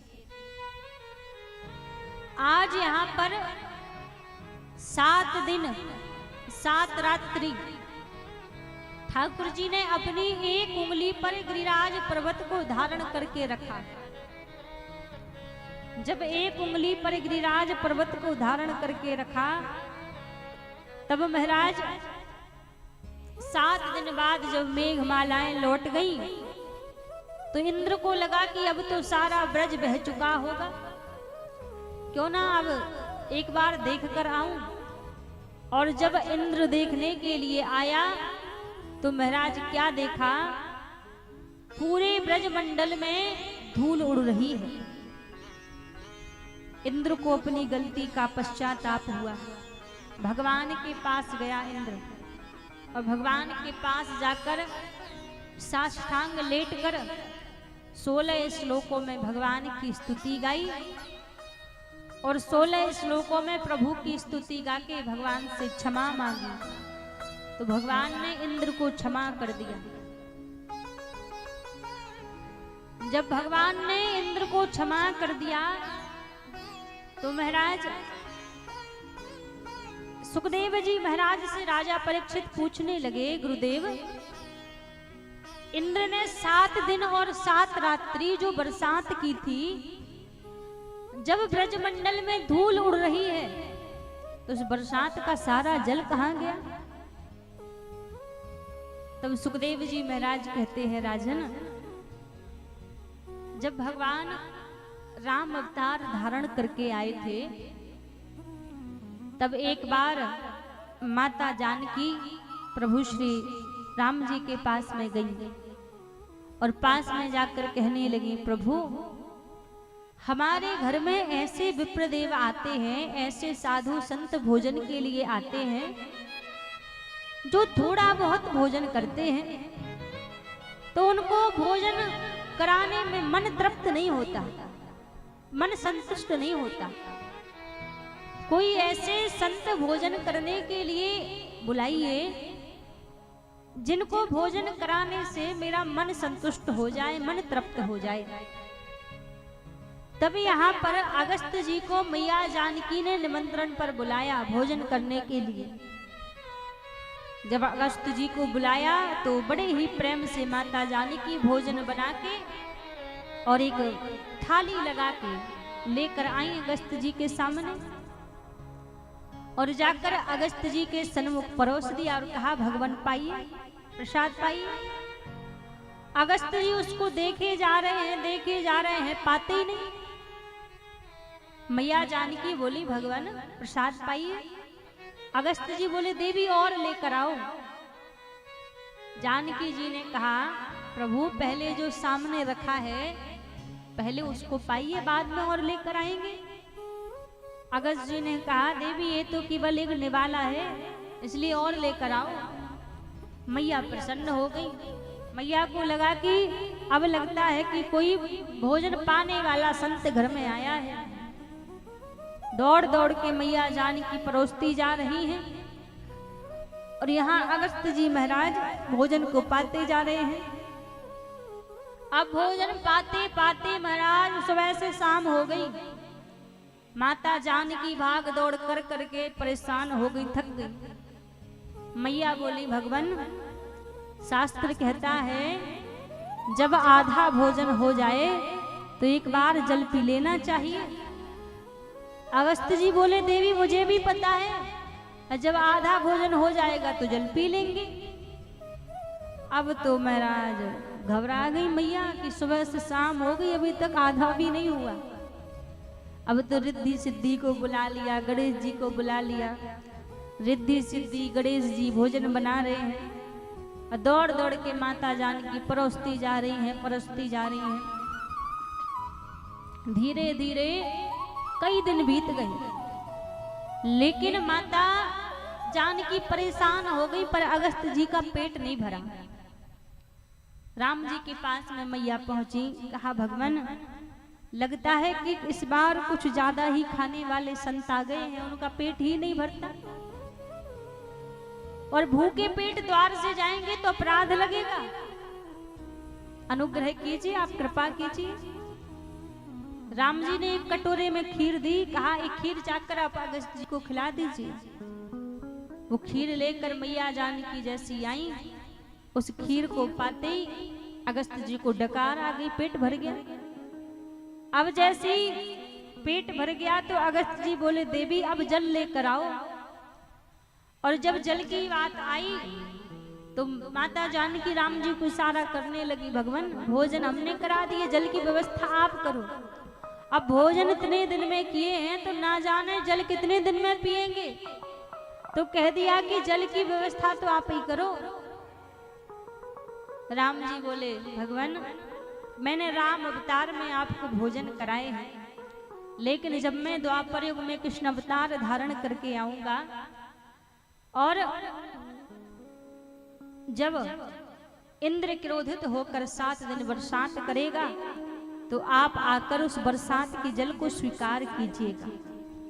तो आज जो 7 दिन और 7 रात्रि इंद्र ने जो बरसात की है, उस बरसात के सारे जल को अगस्त जी महाराज ने पान कर लिया।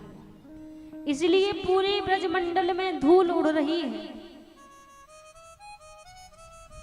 क्योंकि सारे जल को अगस्त जी ने पान कर लिया और नीचे से शेषनाग ने उस सारे जल को सुखा दिया। तो ब्रजमंडल में धूल उड़ रही है, आनंद हो रहा है। लेकिन महाराज जो हमारे ब्रजमंडल में गिरिराज देवता विराजे हैं, कौन कौन जानता है कि गिरिराज देवता यहीं के हैं या बाहर के हैं? आपको पता है कहाँ के हैं? कहाँ के हैं? यहीं के हैं ना। हमारे ब्रजमंडल में गिरिराज देवता बाहर से आए हैं। गिरिराज देवता का जो अवतार हुआ था वो द्रोणागिरी पर्वत के ऊपर हुआ था।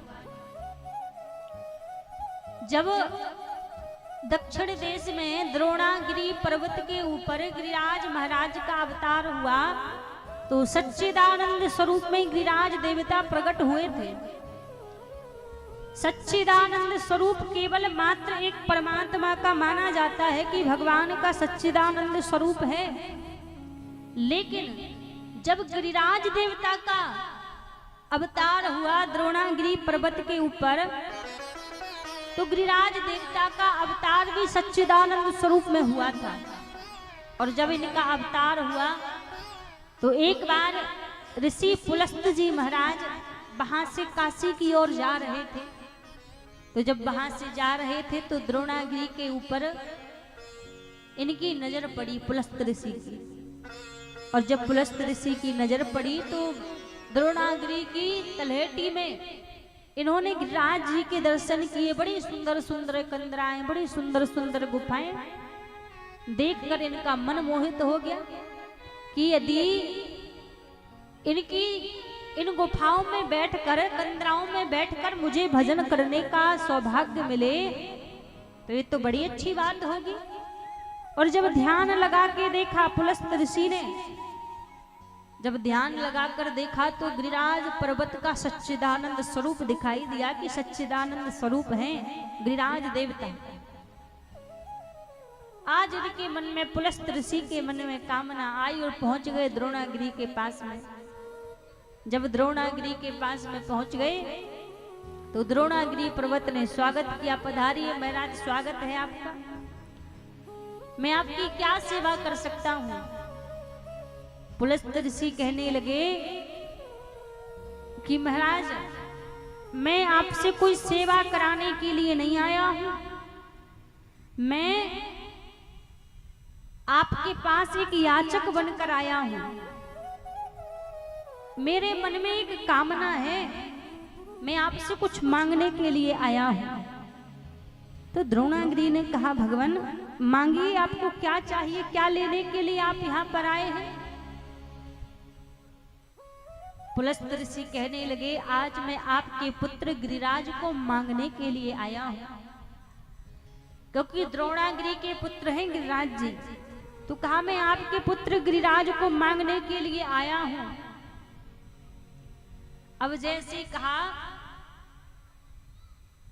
तो द्रोणागिरी पर्वत को डर लग गया कि यदि मैं मना कर दूं तो ऐसा ना हो कि मेरे पुत्र को श्राप दे दे।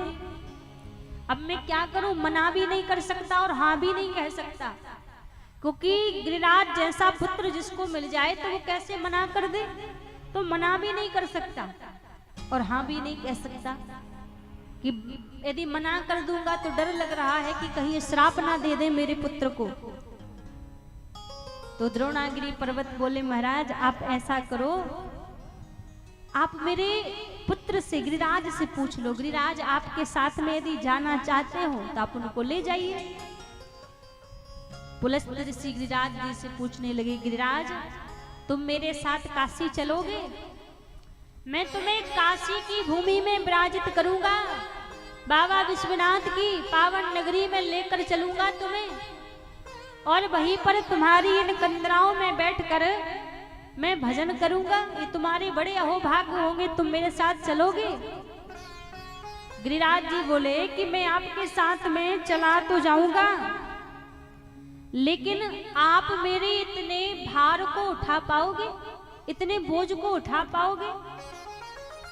क्योंकि जिस समय गिरिराज देवता ब्रज वृंदावन में आए थे, संत सुनाते हैं कि उस समय गिरिराज देवता की जो परिक्रमा थी महाराज, जो लंबाई थी वो 64 योजन की लंबाई थी गिरिराज जी की। इतना भारी विशाल गिरिराज जी का स्वरूप था। अभी कुछ समय पहले की भी बात है, संत कहते हैं कि गिरिराज जी की परछाई मथुरा में पड़ा करती थी, इतना विशाल गिरिराज जी का स्वरूप था। तो गिरिराज जी बोले कि हम आपके साथ चल तो लेंगे, लेकिन आप मेरे भार को उठा लोगे, मेरे बोझ को उठा लोगे? पुलस्त्य ऋषि बोले, कैसी बात कर रहे हो, मैं यहाँ से सीधा उठाऊंगा और उठाकर सीधा जाके काशी में विराजित करूंगा। अब जैसे कहा कि काशी में विराजित करूंगा, तो गिरिराज जी बोले, देखो सोच लो, मेरी शर्त है आपसे, यदि आपने मुझे कहीं पर भी बीच में रख दिया तो मैं दोबारा उठूंगा नहीं। पुलस्त्य जी बोले, ठीक है, मैं बीच में कहीं रखूंगा ही नहीं, मैं सीधा तुम्हें काशी में ही रखूंगा। गिरिराज जी ने कहा, ठीक है चलो। अपने पिता द्रोणागिरी को प्रणाम किया, पिताजी से आज्ञा ली, और आज पुलस्त्य ऋषि ने गिरिराज पर्वत को अपने एक हाथ पर धारण कर लिया और एक हाथ से उठाकर चले हैं काशी की ओर। और जब काशी की ओर जाने लगे तो महाराज आज गिरिराज पर्वत जब जाने लगे तो बीच में वृंदावन की भूमि पड़ी, और जब वृंदावन की उस दिव्य भूमि का गिरिराज जी ने दर्शन किया तो गिरिराज जी के मन में भाव आया, महाराज इतनी सुंदर ब्रज वृंदावन की भूमि है, यहाँ पर कुछ समय बाद ठाकुर जी अवतार लेने वाले हैं और इसी भूमि में ठाकुर जी की लीलाएं होगी। मुझे तो इस भूमि में रहना है, कहाँ ये बाबा मुझे काशी लेकर जा रहा है, अब क्या करूं? अब गिरिराज जी का मन ललचाने लगा वृंदावन की भूमि को देखकर। जैसे गिरिराज जी का मन ललचाने लगा तो आज गिरिराज जी ने अपने बोझ को बढ़ाना प्रारंभ कर दिया, अपने भार को बढ़ाना प्रारंभ कर दिया। अभी तक हल्का भार कर रखा था, बोझ हल्का कर रखा था गिरिराज जी ने, तो पुलस्त ऋषि उठा के ले आ रहे थे। लेकिन जब गिरिराज जी का मन ललचाया कि मैं तो इस वृंदावन की पावन भूमि में रहूंगा, जब वृंदावन की भूमि को देखकर मन में भाव आया, तो महाराज गिरिराज जी ने अपना वजन बढ़ाना प्रारंभ कर दिया। और जैसे वजन को बढ़ाया, भार को बढ़ाया, पुलस्त ऋषि को लगा कि यदि एक क्षण और मैं गिरिराज को नीचे नहीं रखूंगा तो पता नहीं इतना बोझ उठा नहीं पा रहे हैं, एक क्षण के लिए भी बोझ अब धारण नहीं कर पा रहे हैं। जब बोझ इतना बढ़ गया तो महाराज ये भूल गए कि मैंने वचन दिया था गिरिराज को कि बीच में कहीं विराजित नहीं करूंगा, और जैसे भूल गए तो उसी समय इन्होंने गिरिराज को वहां विराजित कर दिया, गिरिराज को नीचे रख दिया। अब जिसे नीचे रखा, थोड़ी देर बाद जब जाने लगे तो दोबारा फिर गिरिराज पर्वत को जब उठाने लगे तो गिरिराज उठे नहीं, बार बार प्रयास करें गिरिराज पर्वत उठे ही नहीं। अब उठाने की बात तो छोड़ो, गिरिराज पर्वत हिल भी नहीं रहे हैं। पुलस्त ऋषि बोले गिरिराज चलो, हमें काशी चलना है। गिरिराज जी बोले महाराज याद करो, आपने कहा था कि कहीं पर भी आप यदि मुझे रख दोगे तो फिर मैं उठूंगा नहीं। अब जैसे कहा कि मैं उठूंगा नहीं, तो महाराज जैसे ही गिरिराज पर्वत उठे नहीं तो पुलस्त ऋषि को क्रोध आ गया। पुलस्त ऋषि बोले आपको अपने स्वरूप का बड़ा अभिमान है, जाओ मैं तुम्हें श्राप देता हूं कि नित्य प्रति तुम एक तिल तिल के बाती घटते रहोगे। श्राप दे दिया और पुलस्त ऋषि वहां से चले गए। तो जहां पर पुलस्त ऋषि ने विराजित किया था गिरिराज जी को, आज हम जो दर्शन करते हैं उसी स्थान पर गिरिराज जी विराजित हैं जहां पर पुलस्त ऋषि ने विराजित किया था, बिठाया था। और पुलस्त ऋषि का श्राप है गिरिराज जी को कि नित्य प्रति एक एक तिल के भांति रोज गिरिराज जी घटते जाते हैं। तो पहले इतना विशाल गिरिराज जी का स्वरूप था, पर हर रोज नित्य प्रति एक एक तिल गिरिराज जी घट रहे हैं। तो आज गिरिराज जी का 7 कोस का स्वरूप बचा हुआ है।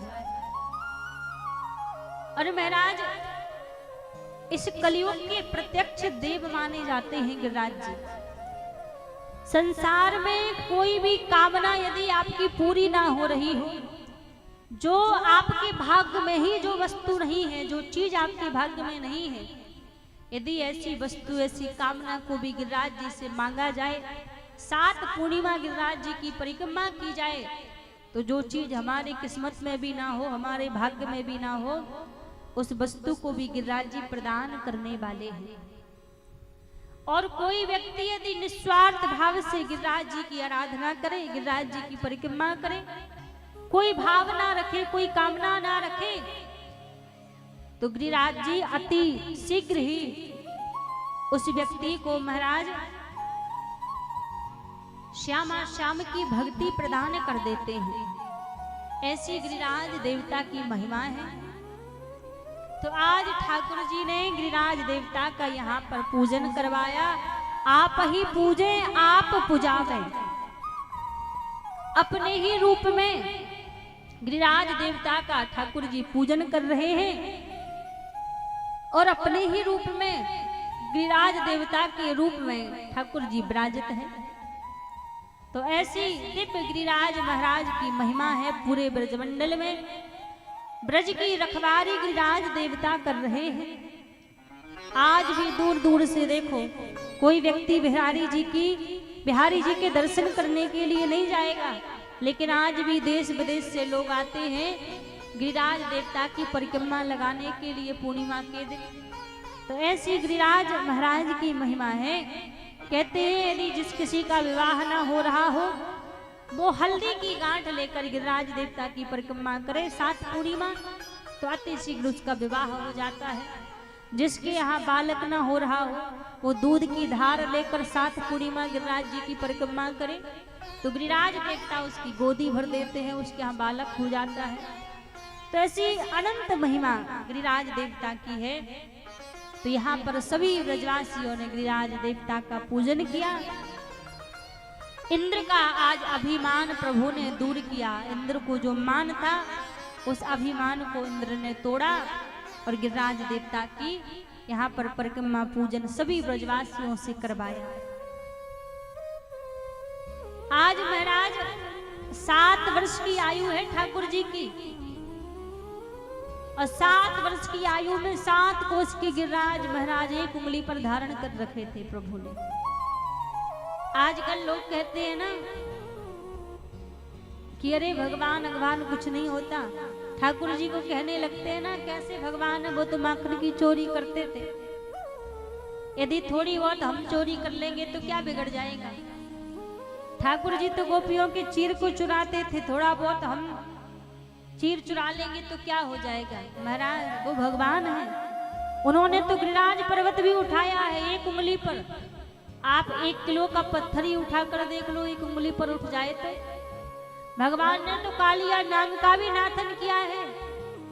आप एक छोटे मोटे से सांप को परीक्षा ना लो भगवान की। आजकल के लोग भगवान की परीक्षा लेने को तैयार हो जाते हैं, तो कभी भी प्रभु की परीक्षा स्नान करती हैं और माता कात्यायनी का पूजन करती हैं। पूजन करके माता कात्यायनी से वरदान मांगती हैं कि हे माँ कात्यायनी महामाये महायोगेंधीश्वरी नंद गोप सुतम देवम पति में कुरुते नभा। गोपियां माँ कात्यायनी से प्रार्थना करती हैं कि हे माँ हमें नंद के कुमार पति रूप में प्राप्त हो, वरदान मांगती। लेकिन जब गोपियां स्नान करती तो महाराज निर्वस्त्र स्नान करती। तो भगवान ने पहले तो गोपियों को रोका। जब गोपियां नहीं मानी तो प्रभु ने गोपियों के साथ में चीर हरण लीला की, गोपियों के चीर को चुराया। अच्छा, वास्तव में चीर हरण लीला का रहस्य क्या है? हम आप तो यही जानते हैं कि भगवान ने गोपियों का चीर चुराया है, लेकिन वास्तव में चीर हरण लीला में भगवान ने गोपियों का चीर नहीं चुराया।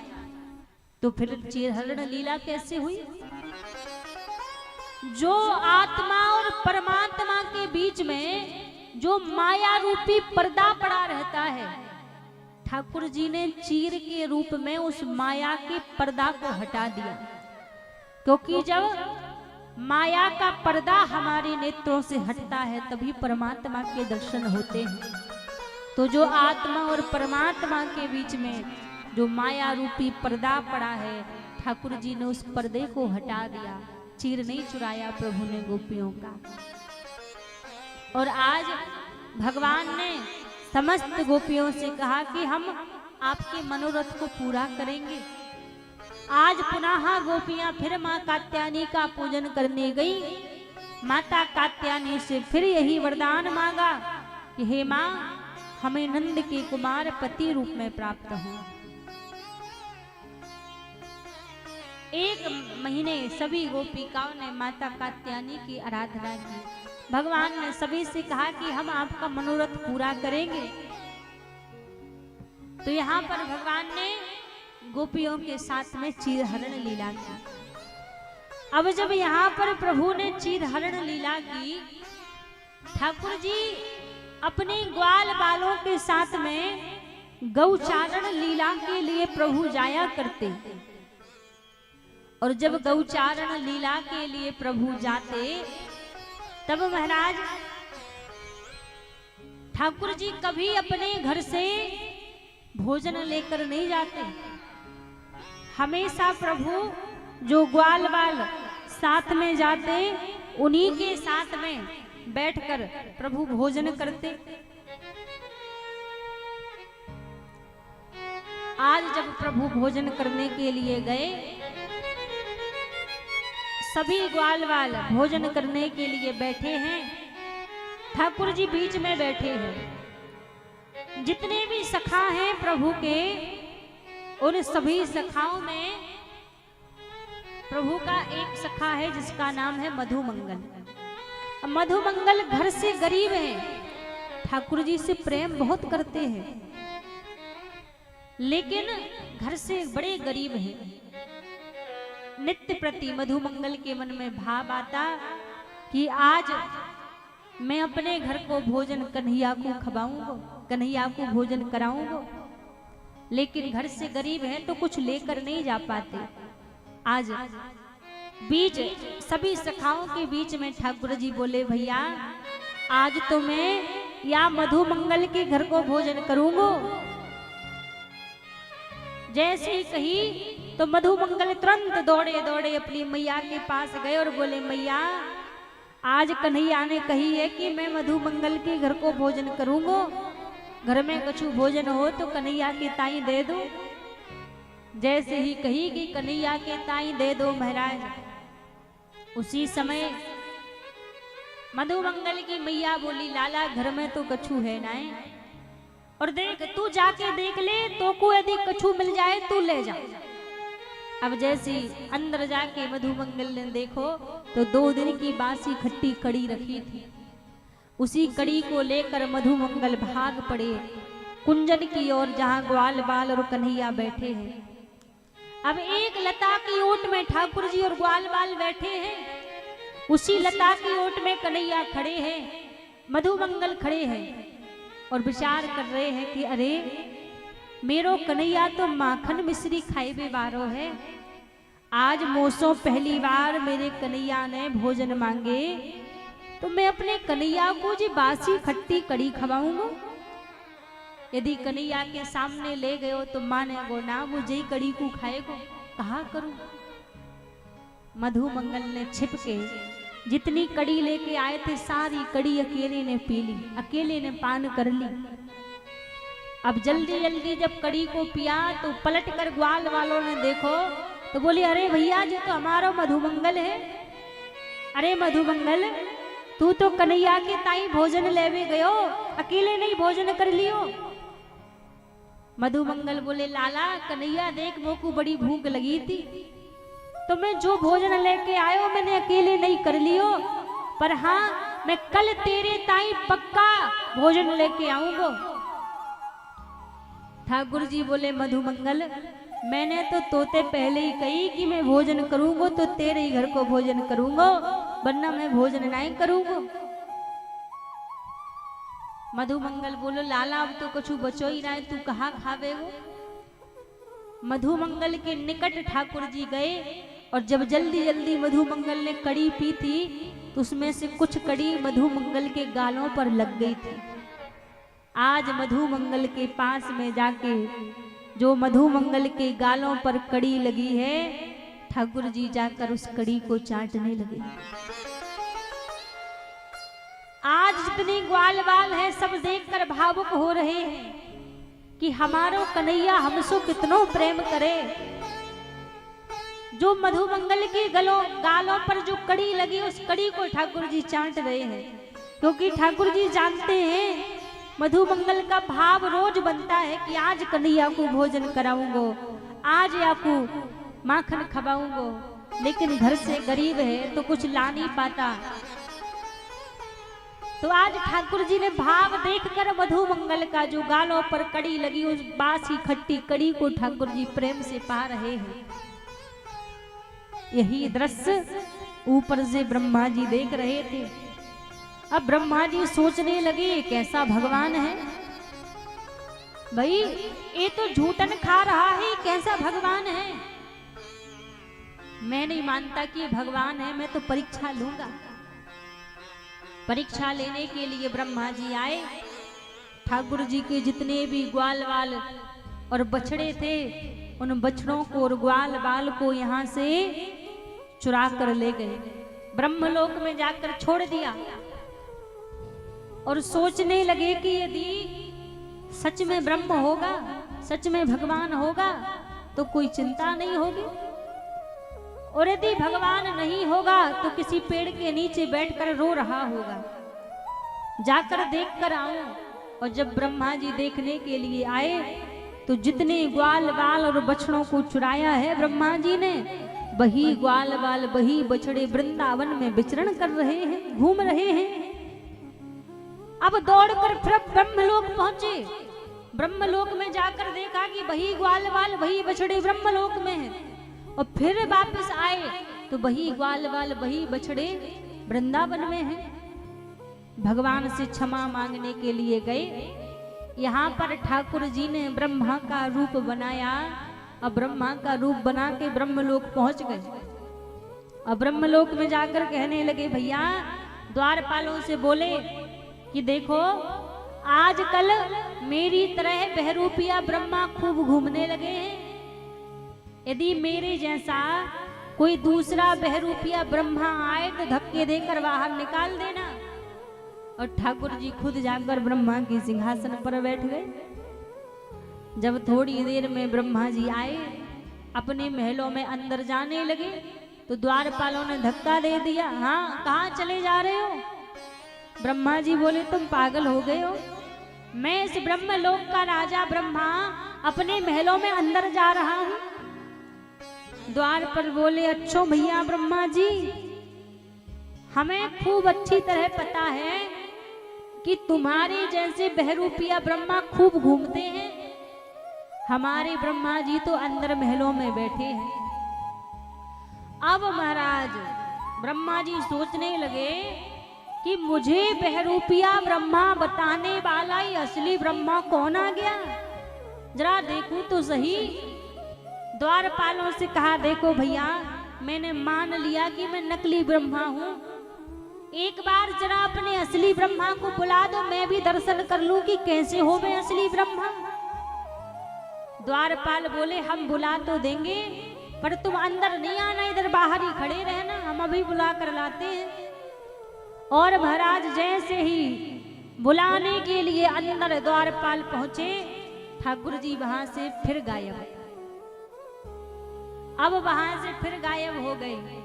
ब्रह्मा जी समझ गए कि असली ब्रह्मा कोई और नहीं, वही काली कमली वाला मुरली मनोहर है।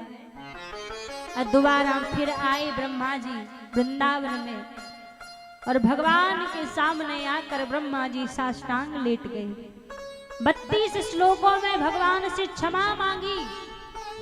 साष्टांग लेट गए ब्रह्मा जी, प्रभु से कहने लगे, प्रभु अपराध हो गया, क्षमा कर दो।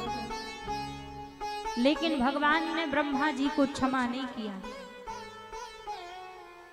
क्योंकि अच्छा एक बात विचार करो कि इंद्र की गलती ज्यादा बड़ी थी कि ब्रह्मा की गलती बड़ी थी? इंद्र की गलती से बड़ी ब्रह्मा की गलती तो बहुत छोटी थी, इंद्र की गलती ज्यादा बड़ी थी। क्योंकि इंद्र ने तो ब्रजवासियों को मारने की कोशिश की, और ब्रह्मा ने तो कुछ समय के लिए केवल चुराया था। लेकिन भगवान ने इंद्र को वरदान दे दिया, इंद्र से प्रसन्न हो गए और ब्रह्मा को क्षमा नहीं किया। क्यों? क्योंकि भगवान कहते हैं, भले ही मारने के कारण, मारने के बहाने इंद्र ने कुछ समय के लिए ब्रजवासियों को मेरे निकट कर दिया था, मेरे पास कर दिया था। और भले ही ब्रह्मा ने कुछ समय के लिए ब्रजवासियों को चुराया था, लेकिन मेरे प्राणों से प्यारे ब्रजवासियों को मुझसे दूर कर दिया। क्योंकि भगवान स्वयं कहते हैं, ब्रजवासी बल्लभ सदा मेरे जीवन प्राण, इनको मति विसारी हो मोहे नंद बाबा की याद। मेरे ब्रजवासी मोकु प्राणों से भी ज्यादा प्रिय हैं। मैं अपने ब्रजवासियों को कभी भुला नहीं सकता, कभी विसार नहीं सकता। ठाकुर जी के तो ब्रजवासी प्राण धन है, और ब्रजवासियों के ठाकुर जी प्राण धन है।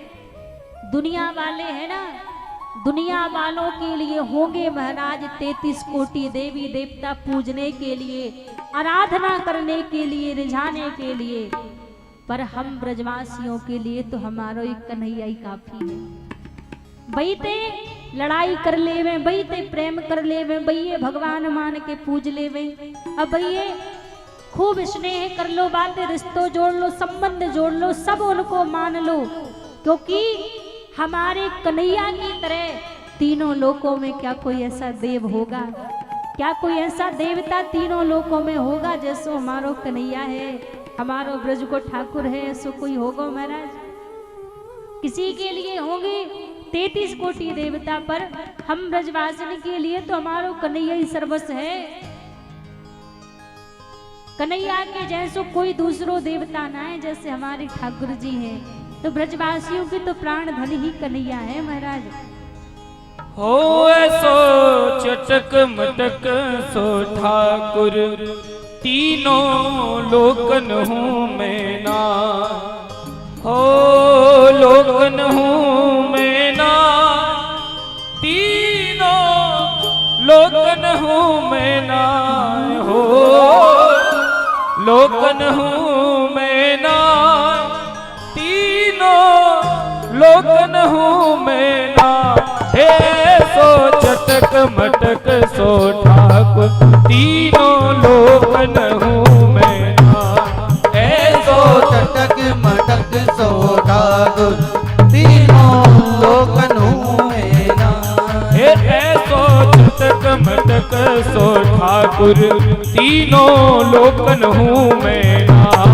ऐसो चटक मटक सो ठाकुर, तीनों लोकन हूँ मैं ना। हो लोकन हूँ मैं ना, तीनों लोकन हूँ मैं ना। हो लोकन हूँ मैं ना, तीनों लोकन हूँ मैं ना। हो ऐसो, हाँ ऐसो, जय हो। ऐसो चटक मटक सो ठाकुर, तीनों लोकन हूँ मैं ना। ऐसो चटक मटक सो ठाकुर, तीनों लोकन हूँ मैं ना। बांके बिहारी लाल की जय हो।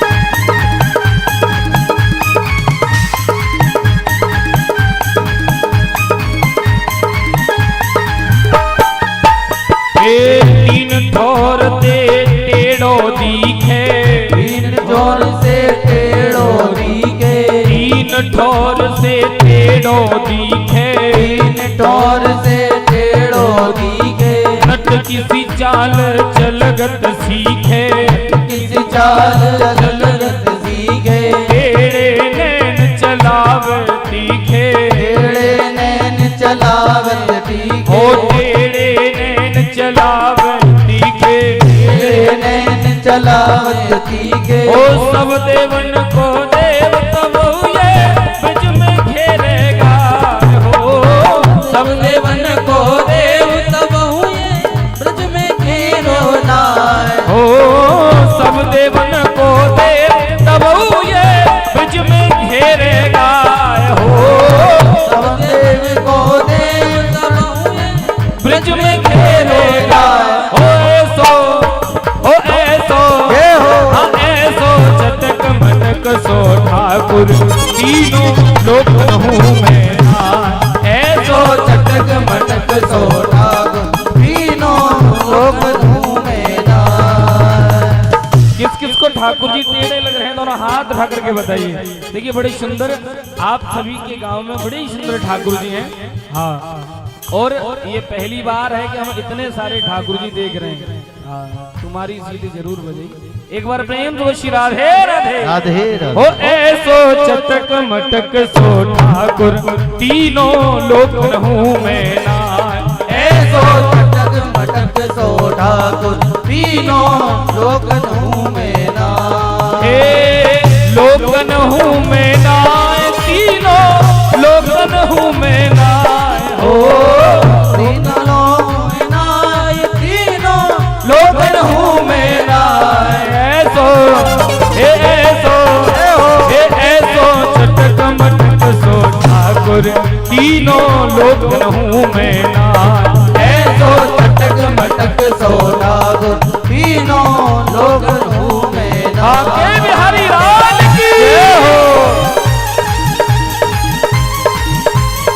हरि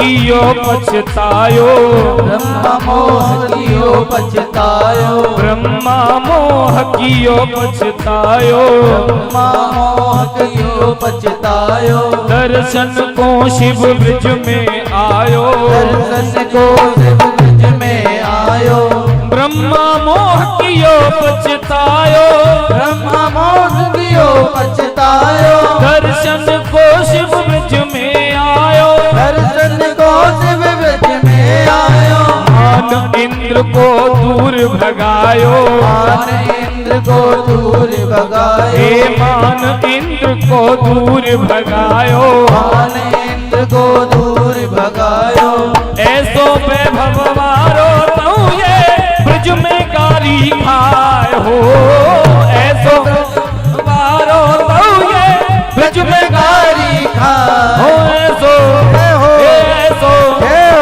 ऐसो चटक मटक सो ठाकुर तीनों लोक नहूं में नाय ऐसो चटक मटक सो ठाकुर तीनों लोक नहूं में नाय ऐसो चटक मटक सो ठाकुर तीनों लोक नहूं में नाय ऐसो चटक मटक सो ठाकुर तीनों लोक नहूं में नाय लोक नहूं में नाय तीनों लोक नहूं में नाय हो लोक नहूं में नाय तीनों लोक नहूं में नाय हो ऐसो ऐसो चटक मटक सो ठाकुर तीनों लोक नहूं में नाय ऐसो चटक मटक सो ठाकुर तीनों लोक नहूं में नाय बाके बिहारी राज की जय हो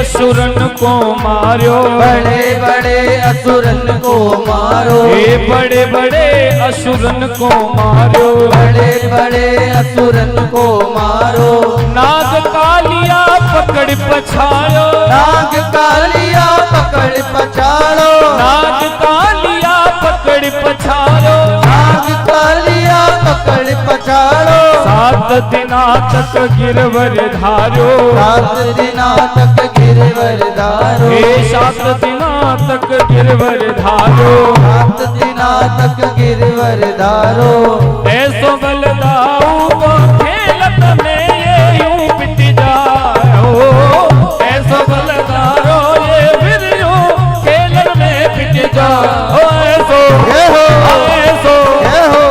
ऐसो चटक मटक सो ठाकुर तीनों लोक नहूं में नाय ऐसो चटक मटक सो ठाकुर तीनों लोक नहूं में नाय ऐसो चटक मटक सो ठाकुर तीनों लोक नहूं में नाय ऐसो चटक मटक सो ठाकुर तीनों लोक नहूं में नाय हे रूप छबीलो है ब्रज सुंदर रूप छबीलो है ब्रज सुंदर रूप छबीलो है ब्रज सुंदर रूप छबीलो है ब्रज सुंदर बिना बुलाए डोले घर घर बिना बुलाए डोले घर घर प्रेमी ब्रज गोपिन को जाकर प्रेमी ब्रज गोपिन को जाकर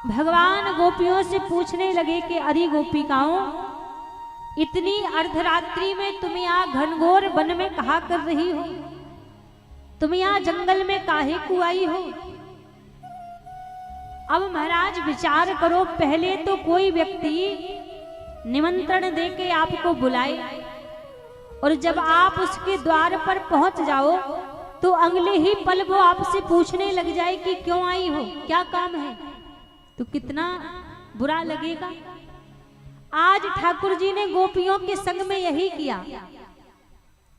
पहले तो गोपियों को बांसुरी बजा के बुलाया और जब गोपियां पहुंच गईं तो आज ठाकुर जी गोपियों से कह रहे हैं, अरे गोपिकाओं, तुम इतनी रात्रि में यहाँ पर क्यों आई हो? तुम एक पतिव्रता नारी हो और पतिव्रता नारी का धर्म होता है कि वो रात्रि में अपने घर में ही रहे। तुम लौट कर चली जाओ, तुम्हें पाप लगेगा। गोपियां कहने लगी, कन्हैया हमारी एक बात का उत्तर दे दो, यदि आप उसका उत्तर दे देंगे तो हम लौट कर चली जाएंगी। ठाकुर जी बोले, पूछो कौन सी बात।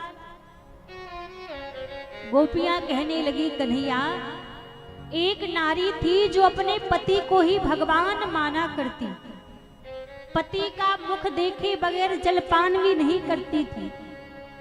एक दिन क्या हुआ, उसका पति किसी काम बस परदेश जाने लगा तो वो अपनी पत्नी से कहने लगा कि मैं कुछ दिन के लिए परदेश जा रहा हूं। उसकी पत्नी बोली, महाराज मैं आपका मुख देखे बगैर तो जल भी नहीं पीती हूं, मैं कैसे रहूंगी। उसके पति ने एक मिट्टी की मूर्ति बनाकर उसको दे दी और कहा, जब तक मैं लौट कर ना आऊं इस मिट्टी के पति का पूजन करना, यही जानना कि मैं ही हूं। पति चला गया। अब इस नारी का रोज का नियम था कि जब उस मिट्टी के पति का पूजन करती तो घर के द्वार बंद करके पूजन करने के लिए बैठती। आज क्या हुआ, जब पूजन करने के लिए बैठी उसी समय इसका पति लौट कर आ गया। पति द्वार पर खड़ा है, द्वार बंद है, आवाज लगा रहा है, द्वार खोलो द्वार खोलो। और ये पूजा में बैठी हुई है।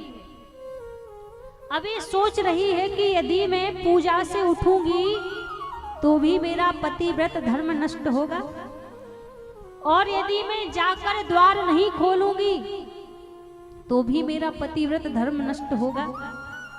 अब वो बीच में पड़ी हुई है विडंबना में, मैं करूं तो क्या करूं। गोपियां कहने लगी, कन्हैया आप बताओ उस नारी को क्या करना चाहिए। ठाकुर जी बोले, ये भी क्या कोई पूछने की बात है। जब साचा पति द्वार पे खड़ा है तो जाकर द्वार खोल देना चाहिए, फिर क्या घर में बैठे मिट्टी के पति का पूजन करना। गोपियां बोली, कन्हैया यही हम आपसे कहना चाहती हैं कि जब आप हमारे साचे पति हमें मिल चुके हैं तो हम घर में बैठे मिट्टी के पति का क्या पूजन करें। ऐसे बर को क्या बरू जो जन्मे और मर जाए, बर बरिए गोपाल जू जो चुड़लो अमर कर जाए। हम सबके साचे पति तो भगवान ही हैं। एक केवल मात्र स्त्री और पुरुष का चोला पहना के प्रभु ने हमें भेजा है।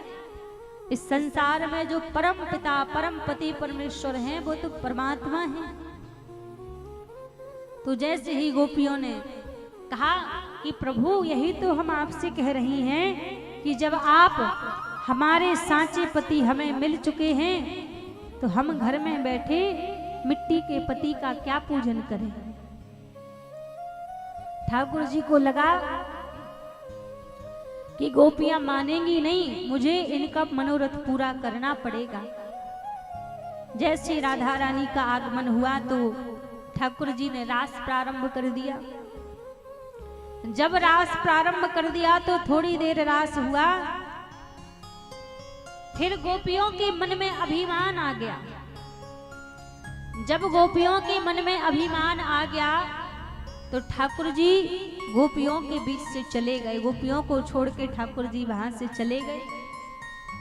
और जैसे ठाकुर जी वहां से चले गए, गोपियों को सुध आई कि कन्हैया हमें छोड़कर चले गए हैं। तो सारी गोपियां अब महाराज वन वन में भटक के ठाकुर जी को ढूंढने लगी, ठाकुर जी को खोजने लगी। जगह जगह जाके समस्त गोपियां ठाकुर जी की खोज कर रही हैं, प्रभु को ढूंढ रही हैं। जहां भी गोपियां जाती वहीं पर ठाकुर जी को पुकार रही है। यमुना महारानी से पूछ रही है, यमुने तू ही बता दे छलिया कहाँ गया है। यमुना मैया से कह रही है, अरे यमुना तूने यदि हमारे कन्हैया को देखो हो तो बता दे हमारा कन्हैया कहाँ है।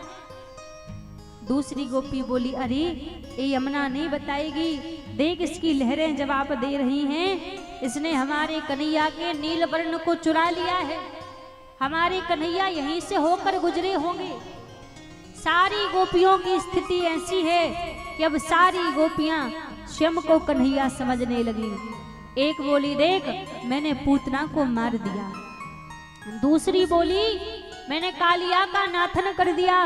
एक कहती है, मैंने गिरिराज पर्वत को उठा लिया।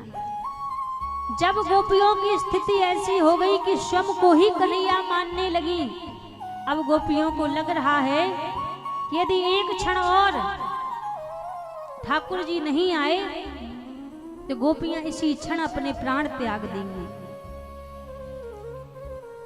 जब ऐसी स्थिति हुई तो समस्त गोपियों ने मिलकर गोपी गीत का गायन किया।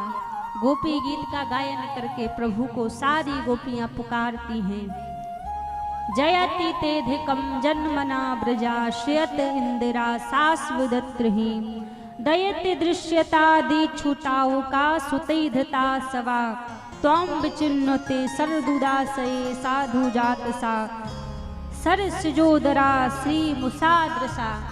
समस्त गोपियों ने जब गोपी गीत का गायन किया, ठाकुर जी से गोपिकाएं कह रही हैं, जयति तेधिकम जन्मना ब्रजा, हे कन्हैया तुम्हारी सदा ही जय हो।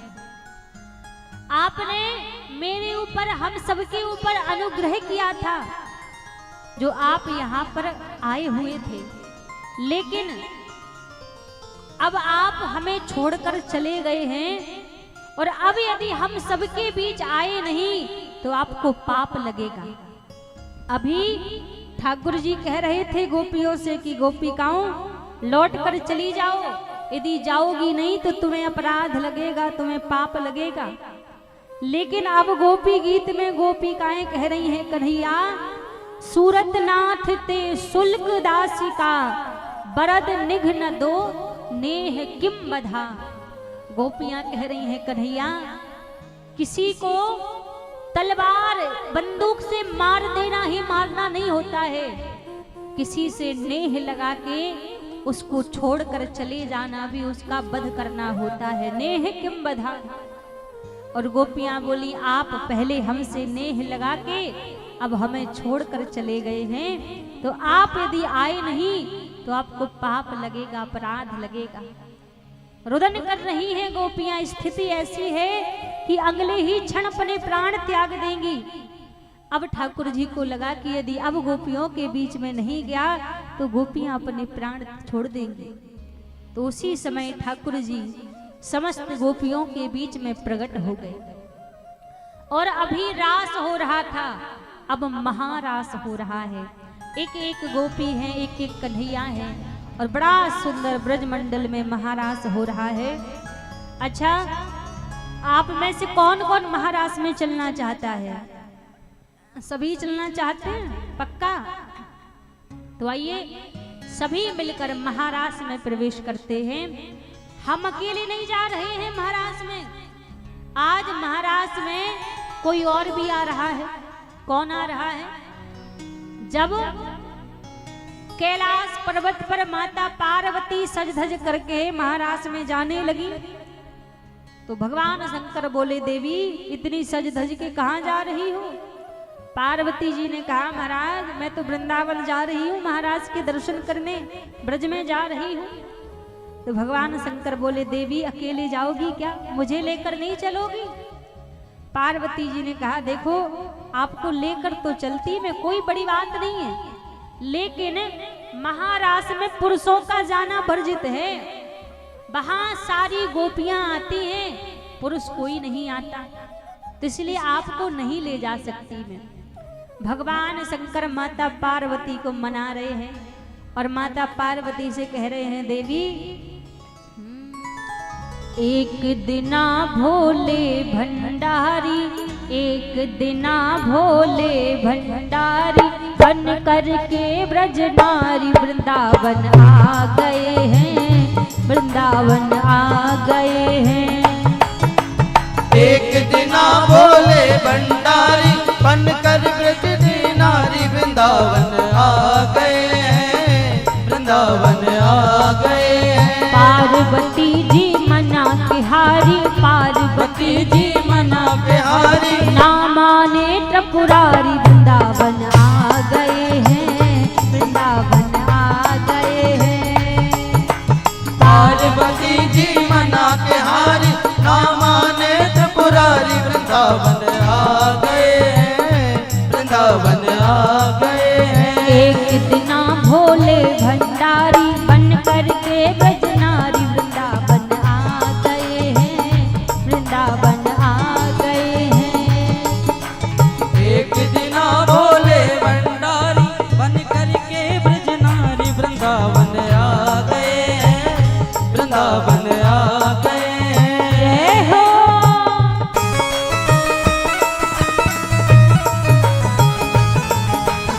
शंकर भगवान की जय हो।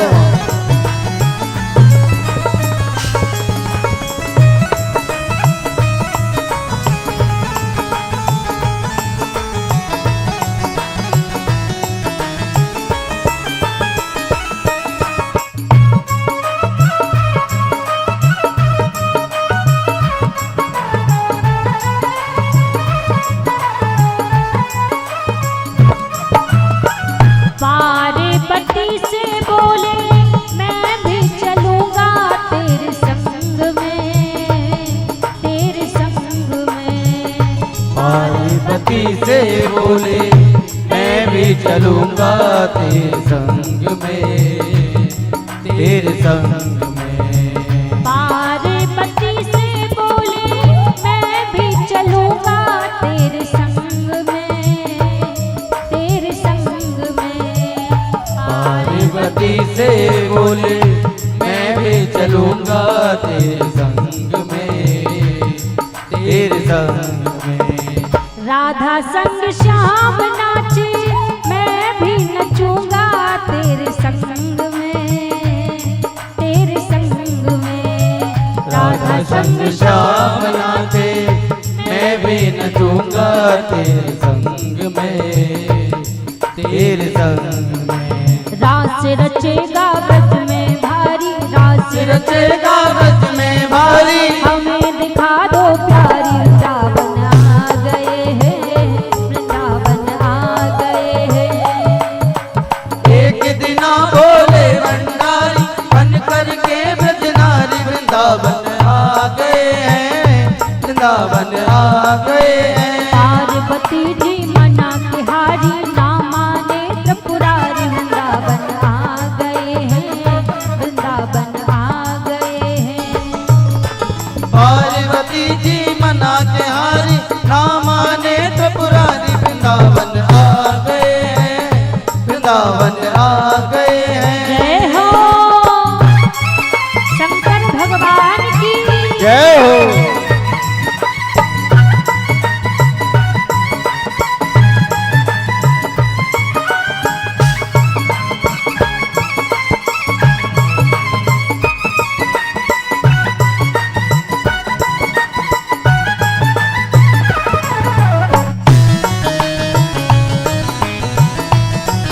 रास बिहारी भगवान की जय हो।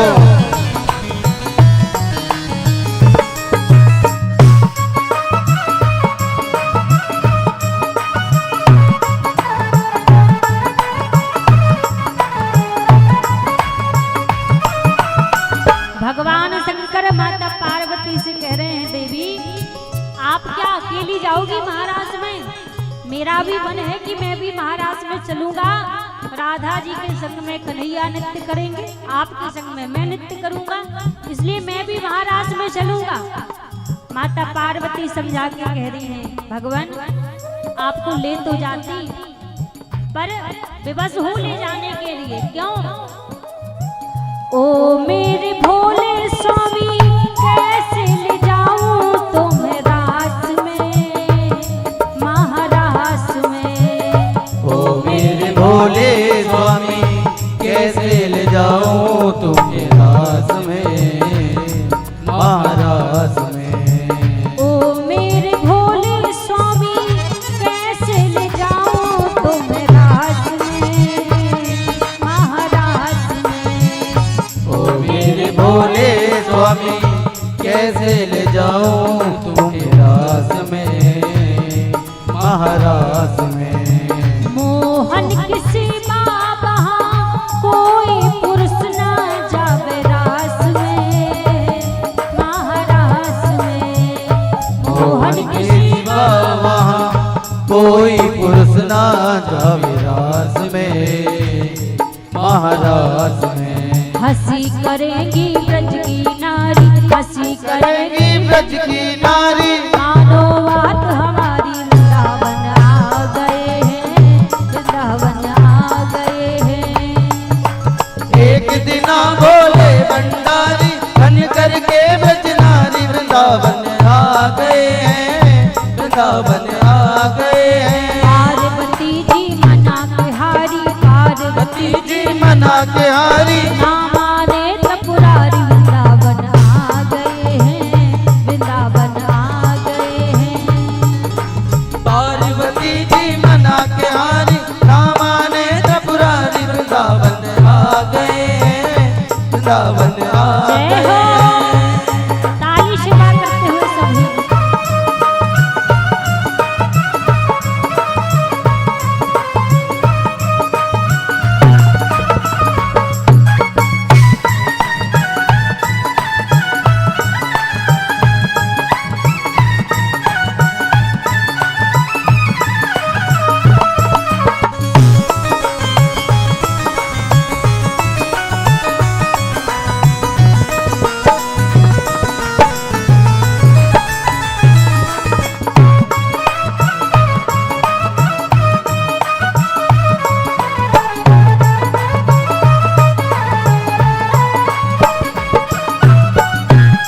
भगवान शंकर कह रहे हैं, देवी वहां पर महाराज में पुरुषों का जाना ही तो वर्जित है। ऐसा तो है नहीं कि महाराज में गोपियों की भी गिनती लगाई जाती हो कि कितनी गोपी आज महाराज में आएंगी। मैया पार्वती बोली ना, गोपियां तो जितनी चाहे आ जाए। तो भगवान शंकर बोले, देवी ये आपके और मेरे बीच की बात है, किसी तीसरे को पता ना चले। मैया बोली, क्या? भगवान शंकर कह रहे हैं, देवी ऐसा बना दो मुझे कोई न जाने इस राज को, इस राज को। ऐसा बना दो मुझे कोई न जाने इस राज को, इस राज को। ऐसा बना दो मुझे कोई न जाने इस राज को, इस राज को। ऐसा बना दो मुझे कोई न जाने इस राज को, इस राज को। मैं हूँ सहेली तेरी ऐसा बताना ब्रजराज को, ब्रजराज को। मैं हूँ सहेली तेरी ऐसा बताना ब्रजराज को, ब्रजराज को। बना के जूड़ा पहन के साड़ी, बना के जूड़ा पहन के साड़ी, चाल चले मतवारी, वृंदावन आ गए हैं, वृंदावन आ गए हैं। एक दिना बोले भंडारी बन करके ब्रज नारी, वृंदावन आ गए हैं, वृंदावन आ गए हैं। पार्वती जी मना के हारी, पार्वती पति जी मना के हारी ना माने त्रिपुरारी वृंदावन आ गए हैं, वृंदावन आ गए हैं। पार्वती जी मना के हारी ना माने त्रिपुरारी वृंदावन आ गए हैं, वृंदावन आ गए हैं। भगवान शंकर ने आज गोपी का रूप बना लिया, लहंगा पहन लिया, चुनरी ओढ़ ली, जूड़ा बांध लिया, साड़ी पहन के आज माता पार्वती के संग में वृंदावन तो आ गए। महाराष्ट्र में तो भगवान शंकर आ गए, लेकिन जैसे ही महाराष्ट्र में आए और ठाकुर जी की नजर जैसे ही भगवान शंकर के ऊपर पड़ी, ठाकुर जी तो देखकर ही पहचान गई कि जी कौन सी गोपी आई है। दूर से देख के ठाकुर जी तो पहचान कर महाराज समझ गए कि गोपी है कि गोपा है। जैसे प्रभु ने देखा और आज ठाकुर जी ने बांसुरी को बजाना प्रारंभ कर दिया। देखा मोहन ने इनको समझ गए है सारी बात रे, सारी बात रे। देखा मोहन ने इनको समझ गए हैं सारी बात रे, सारी बात रे। देखा मोहन ने इनको समझ गए है सारी बात रे, सारी बात रे। देखा मोहन ने इनको समझ गए हैं सारी बात हो, सारी बात हो। ऐसी बजाई बंसी सुधे विसराई भोलेनाथ हो, भोलेनाथ हो। ऐसी बजाई बंदी सुध विसराई भोलेनाथ हो, भोलेनाथ हो। सर से खिसक गई जब साड़ी, सर से खिसक गई जब साड़ी। मुस्काए गिरधारी वृंदावन आ गए हैं, वृंदावन आ गए हैं। एक दिन भोले भंडारी बन करके ब्रजनारी वृंदावन आ गए हैं, वृंदावन आ गए हैं। पार्वती जी मना के हारी ना माने त्रिपुरारी वृंदावन आ गए हैं, वृंदावन आ गए हैं। पार्वती जी मना के हारी ना माने त्रिपुरारी वृंदावन आ गए हैं, वृंदावन आ गए हैं। ऐसे नहीं कौन कौन महाराष्ट्र में चलेगा, एक बार दोनों हाथ ऊपर खड़े करेंगे, ढोलक बढ़ा दीजिए भैया को। दोनों हाथ ऊपर खड़े करके सभी महाराष्ट्र में प्रवेश करेंगे। रास रचो है, रास रचो है, यमुना किनारे हरी रास रचो है। रास रचो है, रास रचो है, यमुना किनारे महारास रचो है। रास रचो है, रास रचो है, यमुना किनारे हरी रास रचो है। रास रचो है, रास रचो है, यमुना किनारे महारास रचो है। रास रचो है, रास रचो है, यमुना किनारे हरी रास रचो है। रास रचो है, रास रचो है, यमुना किनारे महारास रचो है। रास रचो है, रास रचो है, यमुना किनारे महारास रचो है। रास रचो है, रास रचो है, यमुना किनारे महारास रचो है। यमुना किनारे महारास रचो है। यमुना किनारे महारास रचो है। यमुना किनारे महारास रचो है। यमुना किनारे महारास रचो है। यमुना किनारे महाराज। बोलिए रास बिहारी भगवान की, जय हो, शंकर भगवान की जय हो। आज भूत बावन भोलेनाथ भी गोपी का रूप बनाकर ब्रजमंडल में महाराष्ट्र में पधारे। आज भी आप वृंदावन में देखेंगे तो गोपेश्वर महादेव के रूप में आज भी भगवान शंकर गोपी का रूप बनाकर ब्रजमंडल में आज भी विराजे हैं, आज भी बैठे हैं। तो बड़ा ही सुंदर महारास हुआ। 6 महीने निरंतर महारास चला। अब महाराज यहाँ पर धीरे धीरे भगवान की आयु 11 वर्ष की हो गई। 11 वर्ष की प्रभु की आयु हो गई। आज नारद जी कंस के पास पहुंचे और कंस के पास जाकर कंस से कहने लगे, अरे कंस, आपको अपने शत्रु से डर नहीं लगता, भय नहीं लगता?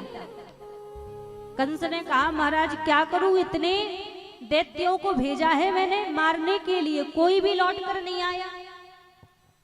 तो नारद जी ने कहा आप ऐसे अपने शत्रु को नहीं मार पाओगे।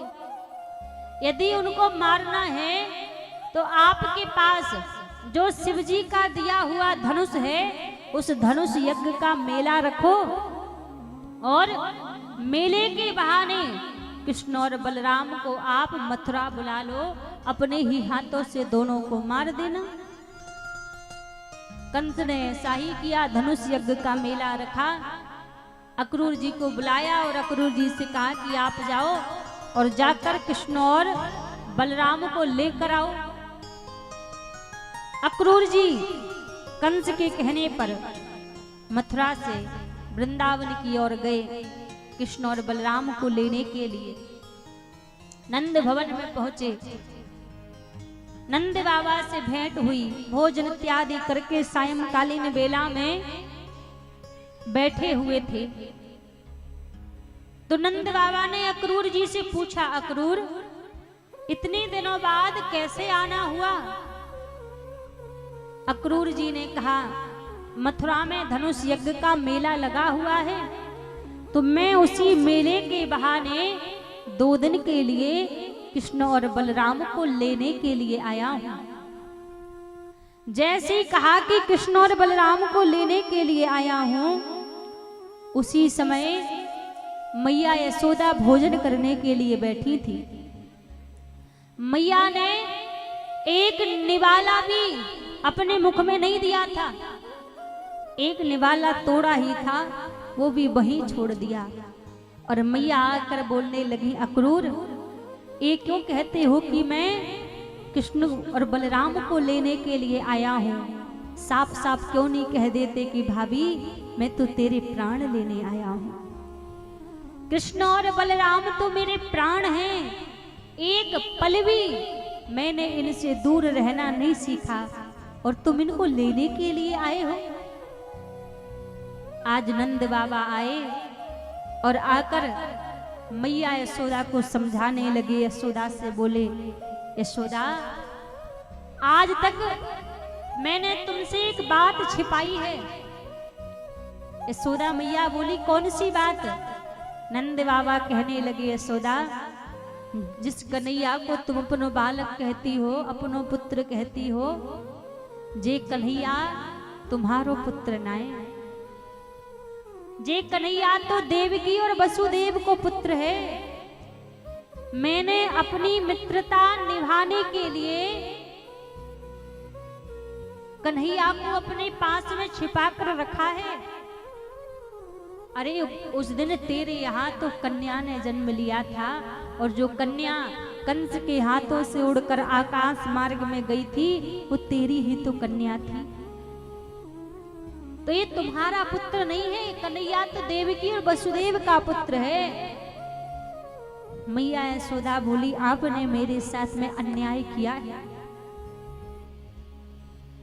आप यदि मुझे बता देते कि मुझे मित्रता निभानी है, तो मैं कन्हैया को छिपा कर रखती, बहुत संभाल कर रखती। लेकिन आज जब ये कन्हैया 11 वर्ष को है गयो, तब जाकर आप मुझे बता रहे हैं कि कन्हैया मेरा पुत्र नहीं है, एक कन्हैया देवकी वसुदेव का पुत्र है। आज तो वो भगवान भी आकर मुझसे कहे कि यशोदा एक कन्हैया मेरा पुत्र नहीं है, तो आज तो मैं भगवान की भी बात नहीं मानूंगी। एक कन्हैया मेरा ही पुत्र है, मैंने ही कन्हैया को जन्म दिया है, ये मेरा ही बालक है। जैसे ही कहा महाराज, नंद बाबा समझाने लगे कि यदि तुम कन्हैया को अपने पास में रख लोगी तो कितने दिन रखोगी, और यदि त्याग करोगी तो तुम्हारो नाम बड़ो होगा। जरा एक बार उस देवकी के बारे में सोचो, जिसने अपने गर्भ से 8 संतान को जन्म दिया है। एक संतान तो जिसमें से गर्भ में ही नष्ट हो गई, 6 पुत्रों को उस दुष्ट कंस ने उस देवकी की आंखों के सामने ही मार दिया। और ये जो बालक देवकी का है, कन्हैया जो हमारे पास में है, वो देवकी एक एक पल एक एक क्षण तरस रही है कि एक बार मैं कन्हैया की एक बार छवि को देख लूं, एक बार कन्हैया के मुखमंडल को देख लूं। थोड़ा देवकी के बारे में विचार करो, और यदि तुम त्याग कर दोगी तो तुम्हारो नाम बड़ो होगा। क्योंकि प्रेम वही है जहां पर त्याग की भावना हो गई, और जहां पर त्याग की भावना नहीं है वहां पर प्रेम भी नहीं हो सकता। क्योंकि प्रेम का दूसरा नाम ही त्याग कहलाता है। नंद बाबा कह रहे हैं त्याग करोगी तो परम सुख मिलेगा। इतने में ठाकुर जी आ गए और ठाकुर जी आके बोले, मैया तू मोको कहूं ना जाने दे। मैया मेरा मन है कि मैं मथुरा देख के आऊं, मना मत कर मैया, मोको 2 दिन को मथुरा जान दे। अब जैसे ठाकुर जी ने कही कि मोको मथुरा जाने दे, आज ठाकुर जी सो रहे हैं मैया की गोदी में सर रख के। एक झीनी सी चादरिया ओढ़ रखी है ठाकुर जी ने। मैया बार बार उस चादरिया को उठाती है और कन्हैया के मुखमंडल को देखती है, और फिर उस झीनी सी चादरिया को छोड़ देती है।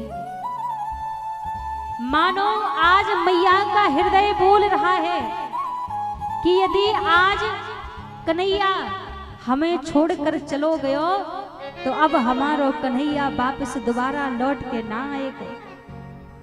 मैं पता नहीं अब कबहू अपने कन्हैया के या मुखमंडल को देख पाऊंगी या ना देख पाऊंगी। बार बार उस चादरिया को उठाती हैं, फिर कन्हैया के मुखमंडल को देखती हैं, फिर उस चादरिया को वहीं छोड़ देती हैं।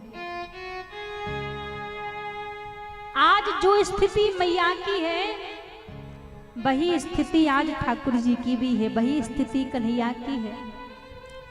ठाकुर जी सोच रहे हैं आज तो मैं यहीं पे हूं, तो मेरी मैया इतना रुदन कर रही है, मेरी मैया इतना विलाप कर रही है। जब मैं मैया को छोड़ के चलो जाऊंगा तब मेरी मैया की स्थिति कहाँ होगी, मेरी मैया कैसे रहेगी। आज ठाकुर जी भी रो रहे हैं, क्योंकि महाराज वो कौन सा ब्रह्म होगा जो एक माँ की ममता से बड़ा हो जाएगा। आज मैया यशोदा की जो स्थिति है वही स्थिति आज ठाकुर जी की है। पूरे ब्रजमंडल में बात फैली है,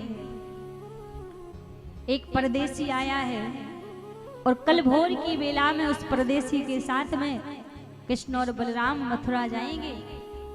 सारी ब्रज की गोपियां रात्रि में ही इकट्ठी होकर बैठी हैं, एक दूसरे से आपस में चर्चा कर रही हैं, भगवान से प्रार्थना कर रही हैं, अहो विधाता विधना ऐसी डारियों की भोर कबहू ना होए। हे विधाता आपने हम में से यदि किसी की मृत्यु लिखी हो तो आज ही हमारी मृत्यु दे दो, कोई ऐसी विघ्न उत्पन्न कर दो कि जिस विघ्न के कारण कबहू भोर ही ना होवे और हमारो कन्हैया कबहू हमको छोड़ के ना जावे। आज पूरे ब्रजमंडल में महाराज कोई सोया नहीं है। भोर की बेला हुई, सब आकर नंद भवन के द्वार पर बैठ गए। कृष्ण और बलराम आए, आकर रथ में बैठकर जैसे ही जाने लगे, ठाकुर जी ने सोचा कि एक बार मैं पलट कर देखूं तो सही कि मेरा ब्रज है कैसा।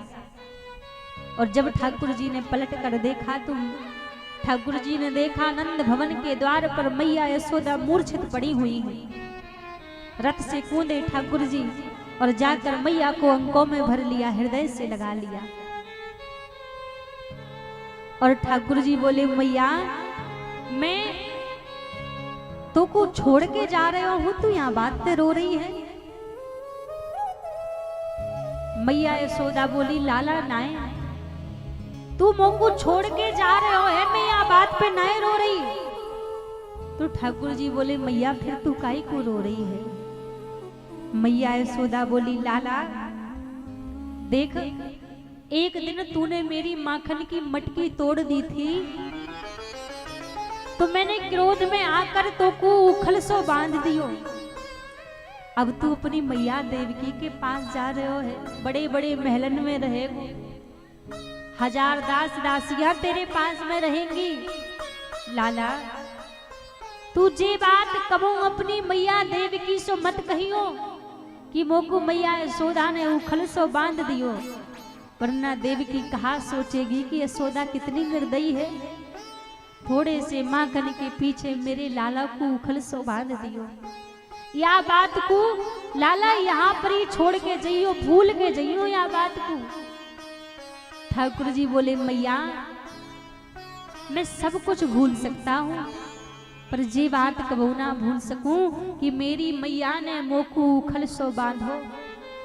या संसार में किसके अंदर इतना बल है जो ठाकुर जी को बांध सके, जो ब्रह्म को बांध सके, जो परमात्मा को बांध सके, जिसकी एक उंगली के इशारे पर करोड़ों ब्रह्मांड बन जाते हैं, करोड़ों ब्रह्मांड पलट जाते हैं।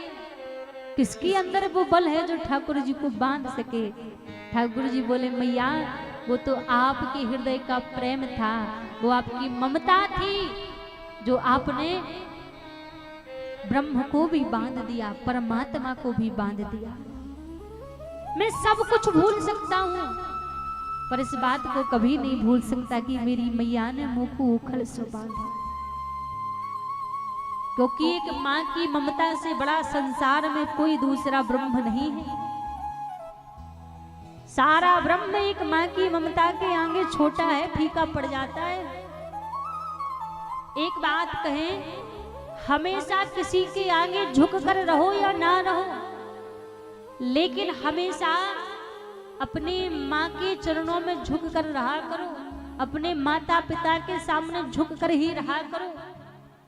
ये वो है जिन्होंने हमें संसार देखने के योग्य बनाया, जो इस ब्रह्मांड को देखने के योग्य बनाया। माता पिता के सामने हमेशा झुक कर रहा करो। आज भगवान भी माँ की ममता के सामने झुक गए। ठाकुर जी दोबारा वहां से उठे और जब दोबारा रथ में बैठे और जब रथ आगे को बढ़ो तो जितनी गोपियां धैर्य बांध के खड़ी थी ना, सोच रही थी कि शायद कैसे भी करके रुक जाएंगे, जाएंगे नहीं ठाकुर जी। अब जैसे रथ में ठाकुर जी बैठे तो सब गोपियों का धैर्य टूट गया, लोक लाज भूल गई। कौन किसकी सास है, कौन ससुर है, कौन किसका पति है, सारी लोक लाज गोपियां भूल गई और जाके रथ के सामने जाके गोपियां लेट गई। ठाकुर जी से बोली कन्हैया आपको जाना है, हम रोकेंगे नहीं, लेकिन हम इतना जानते हैं आपकी जाने के बाद हमारे घट में प्राण नहीं रहेंगे, प्राण निकल जाएंगे। इससे बढ़िया है आप इस रथ को हमारे ऊपर से चला कर जाओ, आप ही हमारे प्राणों को लेकर जाओ। आज दोबारा ठाकुर जी रथ से कूदकर गोपियों के पास में आए। पूरी भागवत में ऐसे वचन ठाकुर जी ने किसी से नहीं कहे जो वचन आज ठाकुर जी ने गोपियों से कहे।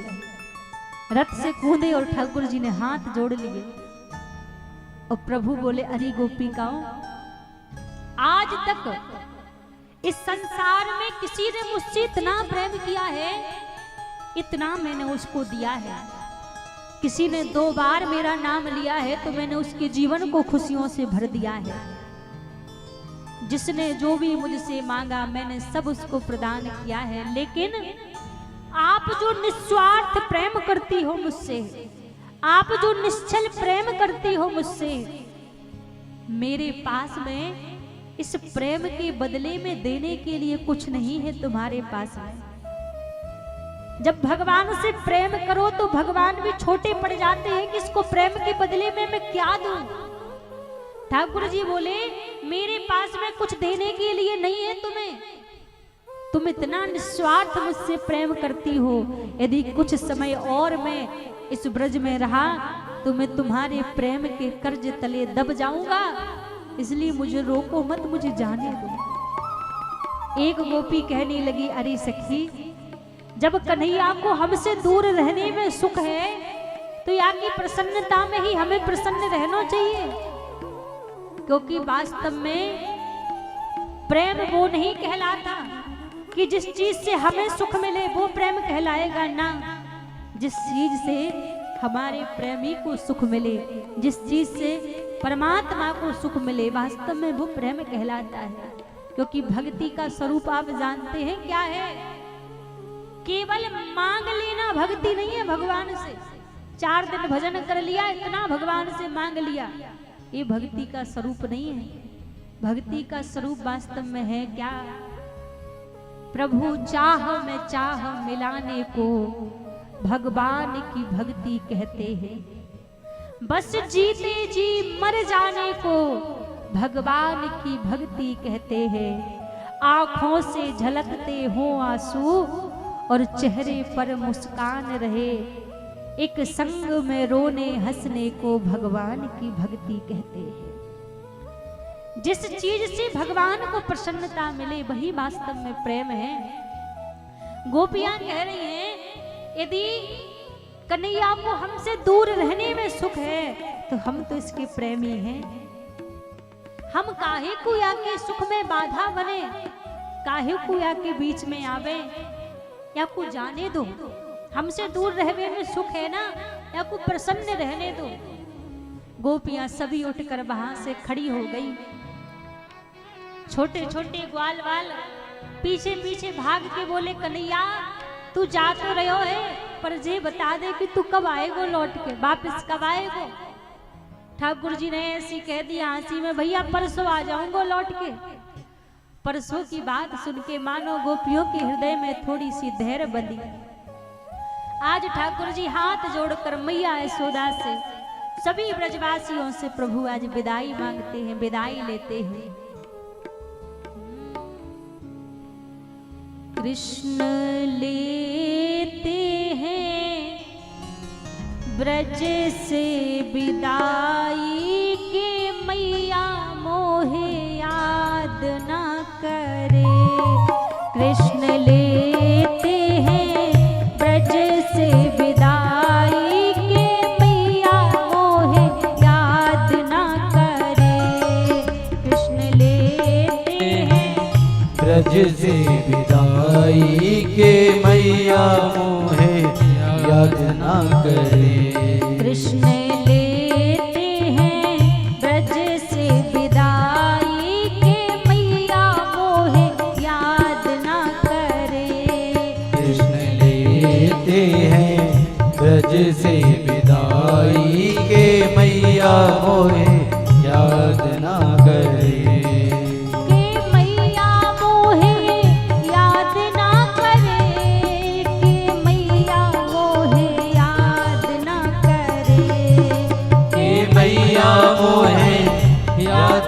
करे कि मैया मोहे याद ना करे। कृष्ण लेते हैं ब्रज से विदाई के, मैया मोहे याद ना करे। कृष्ण लेते हैं ब्रज से विदाई के, मैया मोहे याद ना करे।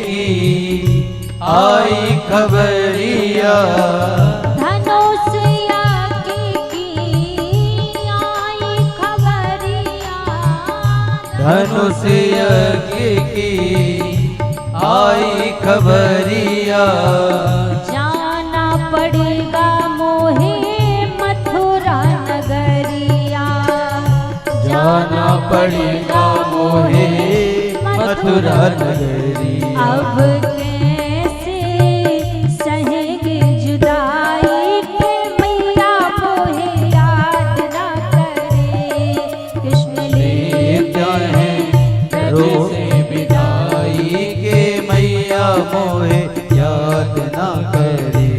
कृष्ण लेते हैं ब्रज से विदाई के मैया मोहे याद ना करे, कृष्ण लेते हैं ब्रज से विदाई के मैया मोहे याद ना करे।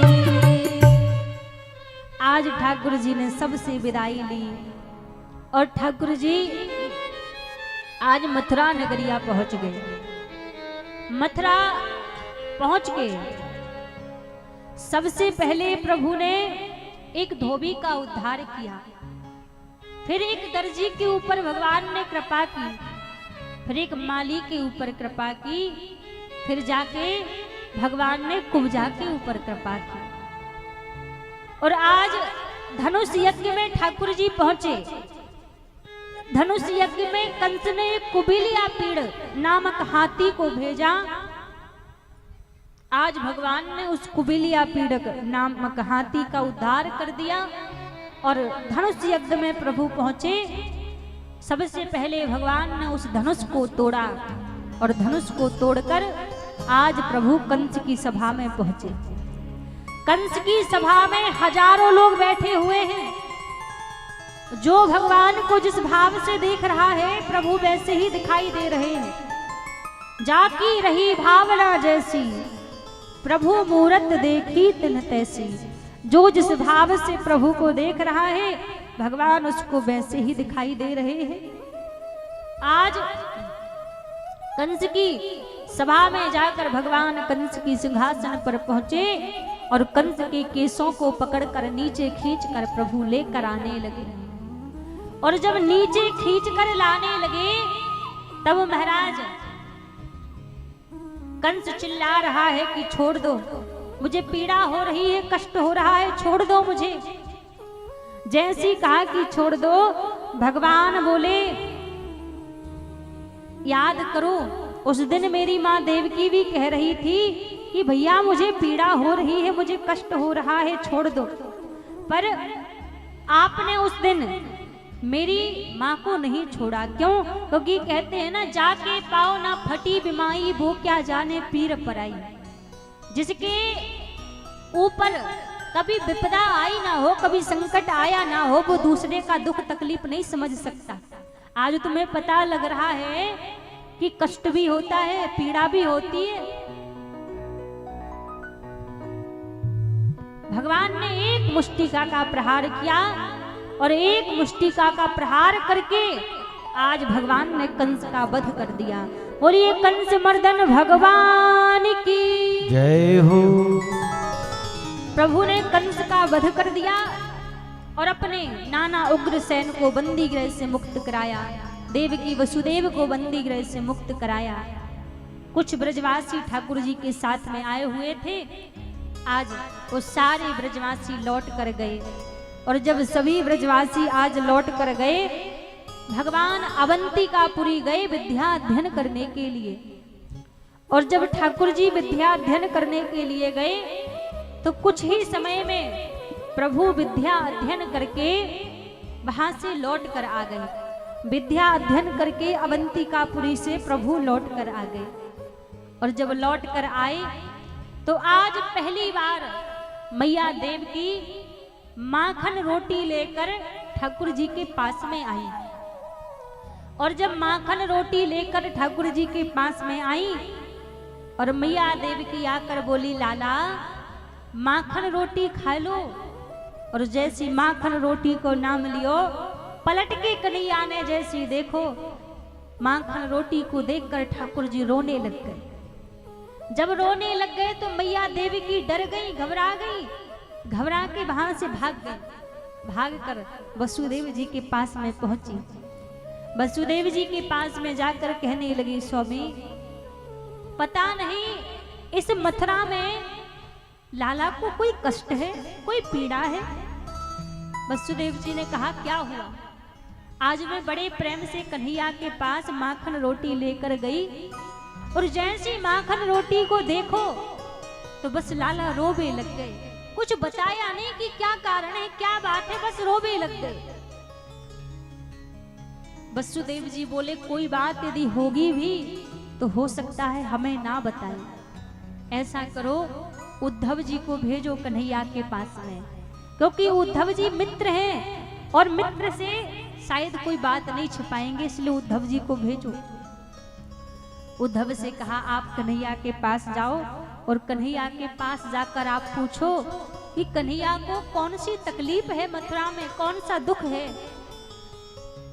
उद्धव जी पहुंचे कन्हैया के पास में और जाकर कहने लगे, कन्हैया क्या बात है, आपको क्या कोई तकलीफ है, आपको क्या कोई कष्ट है यहाँ पे? ठाकुर जी बोले, उद्धव इतने महलों में मैं रहता हूँ, मुझे कौन सा कष्ट यहाँ पे होगा, कौन सी तकलीफ मुझे यहाँ पे होगी? मुझे कोई तकलीफ नहीं है, कोई कष्ट नहीं है। मैंने सुना है कि आज जब देवकी मैया आपके निकट आई तो आप उनको देखकर रुदन करने लगे, क्या बात है, कोई कारण है, आप मुझे बताओ। ठाकुर जी बोले, उद्धव यदि सच सच आपको बताऊं मैं तो कोई दुख तकलीफ मुझे इस मथुरा में नहीं है, मैं खूब प्रसन्न हूं यहाँ पर। लेकिन बस एक ही बात है उद्धव, मुझको मैया यशोदा की याद आवे, मुझको ब्रजवासियों की याद आवे, राधा रानी की याद आती है। मैं प्रयास करता हूं लेकिन फिर भी उद्धव मुझको ब्रजमंडल की याद आ गई। उद्धव जी मुस्कुराने लगे। उद्धव जी मुस्कुराकर बोले, अच्छा, पर ब्रह्म को भी किसी की याद आती है, भगवान को भी किसी की याद आती है। मैं तो पहली बार सुन रहा हूं कि पर ब्रह्म को भी किसी की याद आती है। जैसे ही कहा तो महाराज ठाकुर जी बोले, उद्धव बात तो यही है ना कि मैं तुम जैसे ज्ञानियों के लिए पर ब्रह्म हूं, तुम जैसे ज्ञानियों के लिए मैं भगवान हूं, लेकिन मैं अपनी मैया यशोदा के लिए तो मैं अपनी मैया को लाला हूं, और उन ब्रज की गोपिकाओं के लिए तो मैं उनका सर्वस्व हूं, राधा रानी के लिए मैं उनका सर्वस्व हूं। तुम जैसे ज्ञानियों के लिए मैं भगवान हूं, ब्रह्म हूं, पर मेरी मैया के लिए मैं ब्रह्म नहीं हूं, मैं मैया के लिए तो अपनी मैया को लाला हूं। ठाकुर जी बोले, उद्धव मेरा एक काम करोगे? उद्धव जी बोले, बताओ। तुम मेरी पत्रिका लेकर ब्रजमंडल चले जाओ, ब्रजवासियों की सुध ले आओ। उद्धव जी बोले, कन्हैया ये कौन सा काम मुझे दे रहे हो? मैं ठहरा ज्ञानी और मैं वहां जाके जो ब्रज की गोपियां पढ़ी लिखी नहीं है उनसे जाकर मैं कौन सी भाषा में बात करूंगा, कैसे उनको समझाऊंगा? ठाकुर जी मन ही मन बोले, उद्धव पहले जाओ तू सही, भाषा तो वहीं पर निर्धारित होगी कि तुम कौन सी भाषा में बात कर रहे हो, एक बार जाओ तो सही। ठाकुर जी के कहने पर आज उद्धव जी पत्रिका लेकर वृंदावन आए, और जब उद्धव पत्रिका लेकर वृंदावन आए, वृंदावन में आने के बाद आज उद्धव जी जिस रास्ते से ठाकुर जी वृंदावन से मथुरा की ओर आए हुए थे, आज उसी रास्ते में ठाकुर जी के सारे छोटे छोटे ग्वाल बाल जिस दिन से ठाकुर जी वृंदावन को छोड़कर गए हैं, उसी दिन से उसी द्वार पे सारे ग्वाल बाल बैठे हैं, सारे रास्ता देख रहे हैं ग्वाल बाल की, पता नहीं हमारे कन्हैया की कब परसों है जाए और हमारा कन्हैया लौट के आ जाए।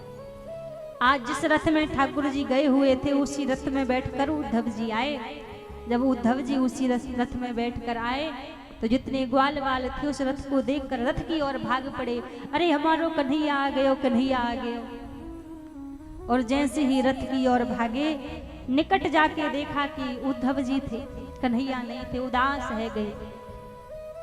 उद्धव जी बोले, भैया मैं मथुरा से आया हूं, मैं कन्हैया को मित्र हूं, कन्हैया को मैया यशोदा की याद आई है तो कन्हैया ने पत्रिका भेजी है।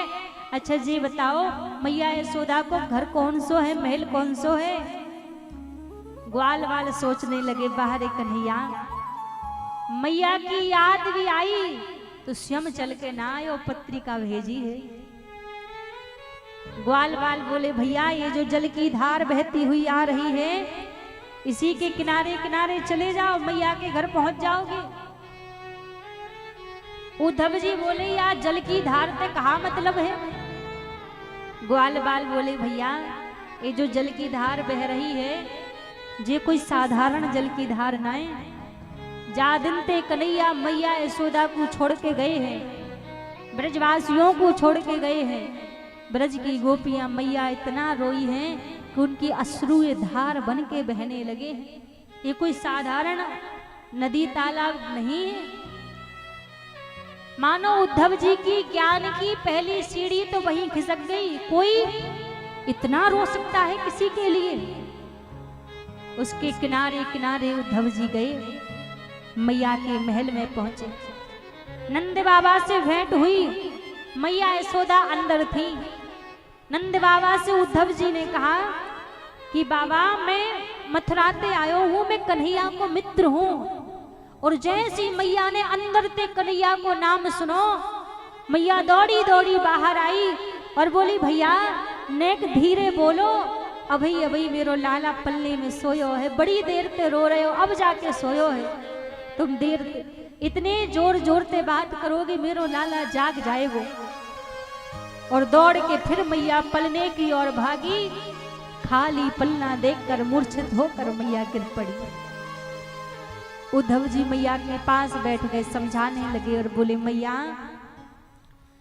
आप जिस कन्हैया को अपना पुत्र मानती हो, अपना बेटा मानती हो, वो कन्हैया कोई साधारण नहीं है, वो केवल मात्र आपका पुत्र नहीं है, वो परब्रह्म है, निराकार ब्रह्म है। और मैं एक बात आपसे कहूं, निराकार ब्रह्म होता है जिसका कोई आकार ना हो। तो कन्हैया को भूल जाओ और कन्हैया को भूल के निराकार ब्रह्म का ध्यान करो। मैया थोड़ा सुध में आई और बोली, उद्धव आप क्या कह रहे हो कि मेरो कन्हैया निराकार है, मेरे कन्हैया को कोई आकार ना है? जब मेरो कन्हैया निराकार ब्रह्म है तो मोते मैया मैया कह के जो माखन मांगे कर तो वो कौन था? जब मैं माखन निकारती तो मेरी चुनरी को पीछे से खींचता और माखन मांगता, मैया मोको माखन दे दे, वो कौन था? जो अपने नन्हे नन्हे पैरों से ठुमक ठुमक करके इस पूर्ण नंद भवन के आंगन में खेला करता था, वो कौन था? अपने छोटे छोटे हाथों से जो मेरी गोदी में बैठकर माखन रोटी खाया करता था, वो कौन था? जब तुम कह रहे हो कि ब्रह्म निराकार होता है तो जिसको आप बता रहे वो कौन था? मेरे कन्हैया को तुम निराकार ब्रह्म बता रहे हो। मैंने मान लिया, तुम कह रहे हो कि ब्रह्म में ध्यान लगाओ। उद्धव में बात मान लेती तुम्हारी। यदि भगवान ने 2-4 मन दिए होते तो एक मन हम आपके निराकार ब्रह्म में लगा देते। पर उद्धव मन ना भये 10-20, एक हतो सो गयो श्याम संग, अब का राधे ईस, उद्धव मन ना भये 10-20। यदि 2-4 मन हमारे पास में होते तो शायद एक मन हम तुम्हारे उस निराकार ब्रह्म में लगा देते। पर हमारे पास केवल एक ही मन था, वो एक मन भी हमारा कन्हैया के संग में चला गया है। अब मन नाए हम किसमें मन लगावे? मानो मैया का वो अद्भुत प्रेम देखकर उद्धव जी का ज्ञान फिसलता जा रहा है। कौन सी भाषा में इनको समझाऊं? आज गोपियों से भेंट करने के लिए उद्धव जी गए। और जब उद्धव जी गोपियों से भेंट करने के लिए गए तो सारी गोपियां यमुना के किनारे पर बैठी हुई हैं। यमुना के किनारे पर बैठे बैठे एक गोपी आवाज लगा रही है, अरे कोई नींद ले लो, कोई नींद ले लो, कोई नींद ले लो। कुंजों के पीछे उद्धव जी छिपे छिपे देख रहे हैं। गोपी आवाज लगा रही है, नींद ले लो, नींद ले लो। जब तक एक दूसरी गोपी सामने आई, अपना पल्लू फैला दिया, अरे मोकू जी नींद दे दो।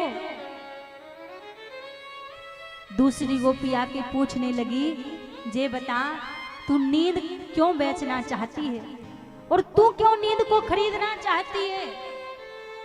गोपी कहने लगी, मैं नींद को इसलिए बेचना चाहती हूं कि कन्हैया जब गए तो मुझसे कह के गए, भाभी तू जब यमुना के किनारे पर जल भरवे को आएगी, मैं तो को यमुना के किनारे पर मिलूंगा। जब मैं यमुना पे रोज जल भरवे जाती तो मेरो कन्हैया यमुना के किनारे पर मुंह को दिखाई दे। तो पर ये बात सुनकर मेरो मन शांत अवस्था में इतनी प्रसन्नता से मेरी नींद लग गई कि कल भोर की बेला में मेरी नींद ही नहीं खुली। नींद नहीं खुली तो मैं कन्हैया को नहीं देख पाई। और दूसरी से पूछा, तू नींद क्यों लेना चाहे?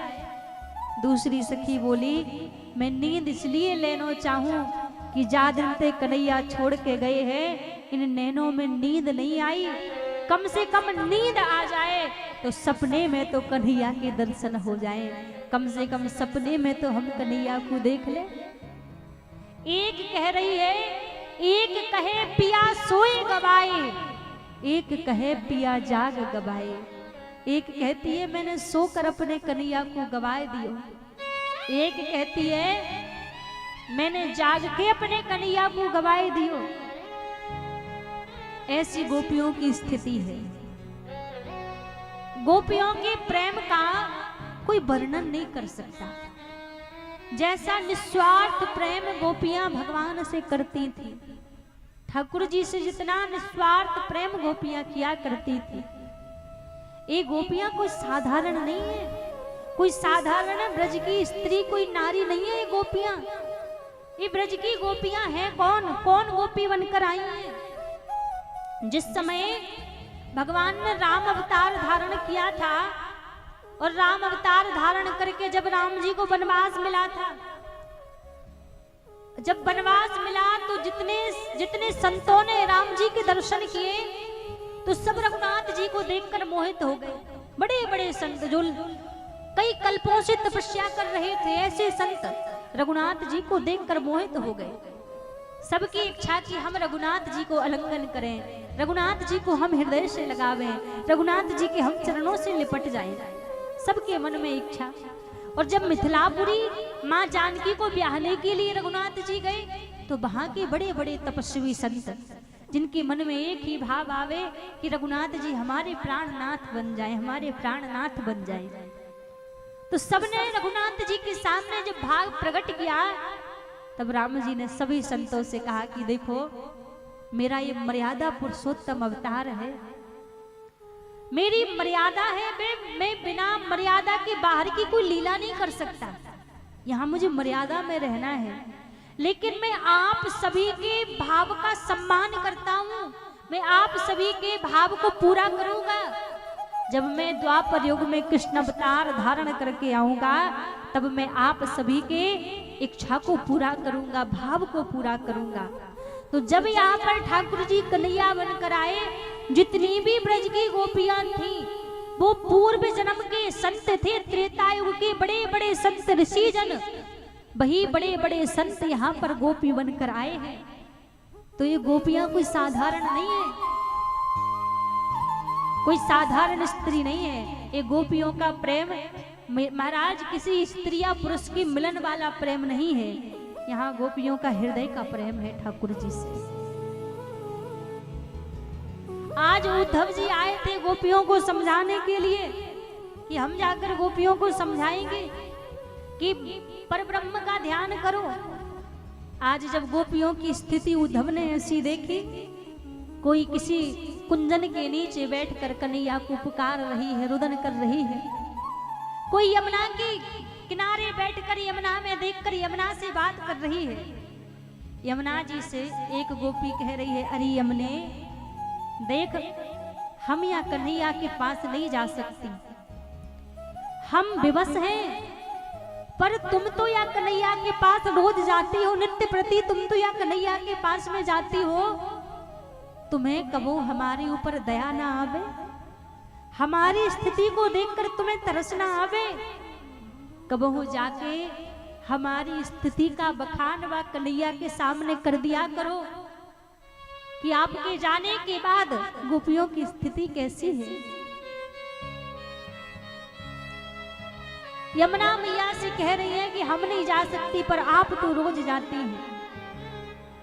एक गोपी ने कमल का फूल प्रवाह कर दिया यमुना जी में, और यमुना जी ने जब वो कमल का फूल प्रवाह किया, उसमें अपनी शुद्ध स्थिति कैसी है वो कमल के फूल को बखान करके यमुना में प्रवाहित कर दिया कि जा कन्हैया से हमारी शुद्ध दे देना कि हम कन्हैया के बिन कितनी व्याकुल हैं, हम कन्हैया के बिन एक पल जीवित नहीं रह सकती।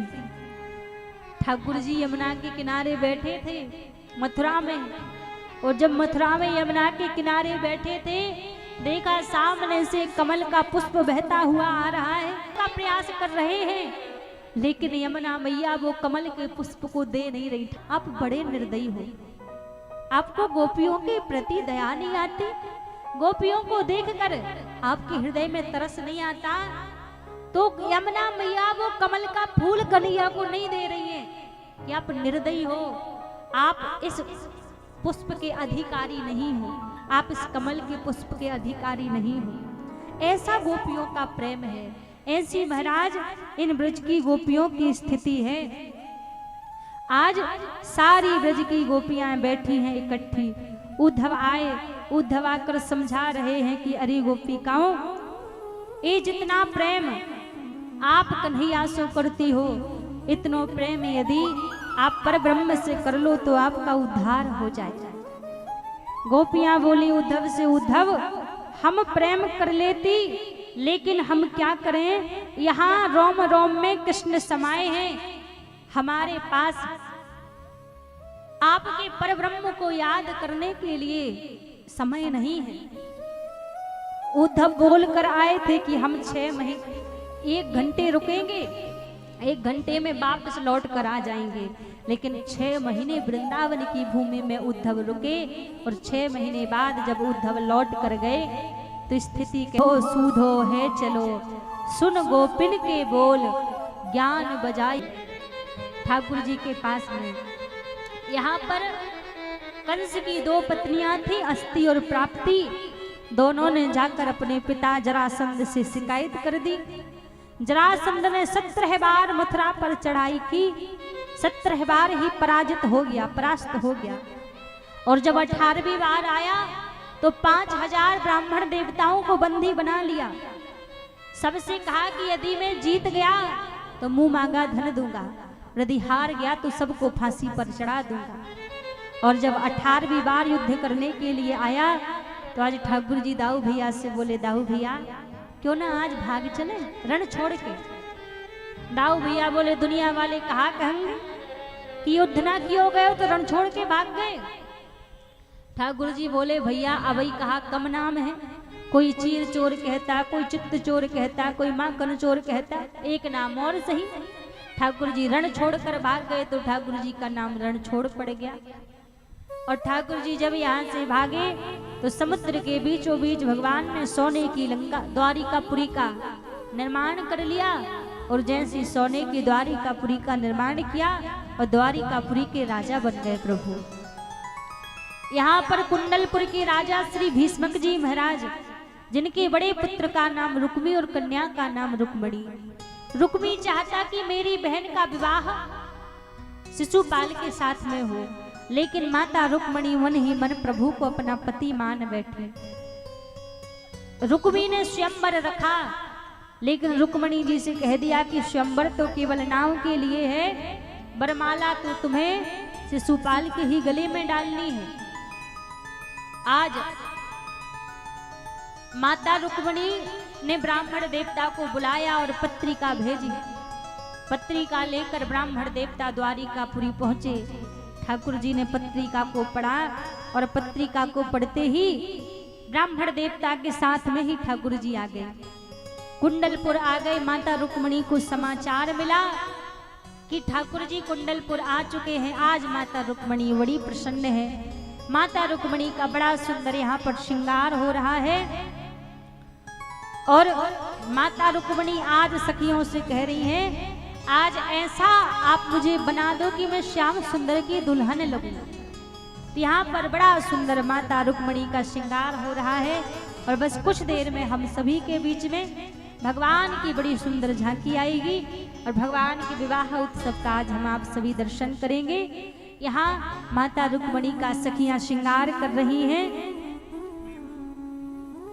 आओ मेरी सखियों मुझे मेहंदी लगा दो, मेहंदी लगा दो मुझे ऐसी सजा दो, मुझे श्याम सुंदर की दुल्हन बना दो, मुझे श्याम सुंदर की दुल्हन बना दो, मुझे श्याम सुंदर की दुल्हन बना दो, मुझे श्याम सुंदर की दुल्हन बना दो। आओ मेरी सखियों मुझे मेहंदी लगा दो, आओ मेरी सखियों मुझे मेहंदी लगा दो, मेहंदी लगा दो मुझे ऐसी सजा दो, मेहंदी लगा दो मुझे ऐसी सजा दो, मुझे श्याम सुंदर की दुल्हन बना दो, मुझे श्याम सुंदर की दुल्हन बना दो। जय हो।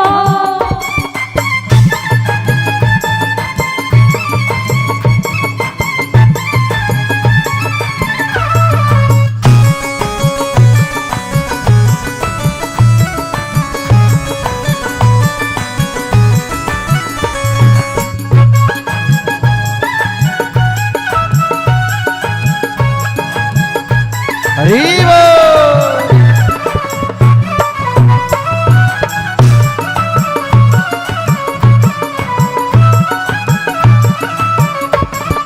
भक्ति का सुरमा मैं आंख में लगाऊंगी, भक्ति का सुरमा मैं आंख में लगाऊंगी, भक्ति का सुरमा मैं आंख में लगाऊंगी, भक्ति का सुरमा मैं आंख में लगाऊंगी, दुनिया से नाता छोड़ उनकी हो जाऊंगी, दुनिया से नाता छोड़ उनकी हो जाऊंगी। और भगवान हम सबके बीच में पधार रहे हैं। दोनों हाथ ऊपर खड़े करके सभी स्वागत करेंगे। दुनिया से नाता तोड़ उनकी हो जाऊंगी, दुनिया से नाता छोड़ उनकी हो जाऊंगी, अटल सुहाग की बिंदिया लगा दो, अटल सुहाग की बिंदिया लगा दो, मुझे श्याम सुंदर की दुल्हन बना दो, मुझे श्याम सुंदर की दुल्हन बना दो, मुझे श्याम सुंदर की दुल्हन बना दो, मुझे श्याम सुंदर की दुल्हन। आचार्य जी नीचे उतर जाओ थोड़ा सा, ठाकुर जी बैठा लो जाके। दोनों जने हैं, पंखा लगा दो भैया। इधर दो कुर्सी इधर लगवा दीजिए इधर, और दोनों हाथ ऊपर खड़े करके सभी आओ मेरी सखियों मुझे मेहंदी लगा दो, आओ मेरी सखियों मुझे मेहंदी लगा दो, मेहंदी लगा दो मुझे ऐसी सजा दो, मेहंदी लगा दो मुझे ऐसी सजा दो, मुझे श्याम सुंदर की दुल्हन बना दो, मुझे श्याम सुंदर की दुल्हन बना दो, मुझे श्याम सुंदर की दुल्हन बना दो, मुझे श्याम सुंदर की दुल्हन बना दो। जय हो।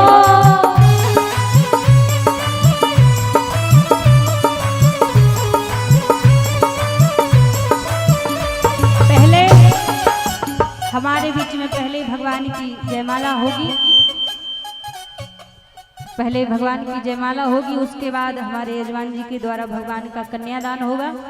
फिर उसके बाद जो भी हमारी माताएं बहनें, जो भी दादाजी भैया जी लोग भगवान का कन्यादान पूजन करना चाहें तो फिर एक एक करके सभी लोग आके भगवान का कन्यादान करेंगे, पूजन करेंगे। सबसे पहले भगवान की हम सभी के बीच में जयमाला होगी।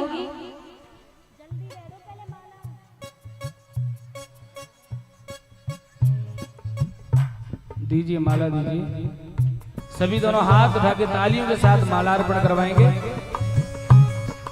बोली रुक्मणी हरण भगवान की जय, द्वारकाधीश की जय। पहले रुक्मणी मैया ठाकुर जी को जयमाला पहनाएंगी, फिर ठाकुर जी रुक्मणी मैया को जयमाला पहनाएंगे और सभी लोग जोरदार तालियां बजाते हुए जय हो।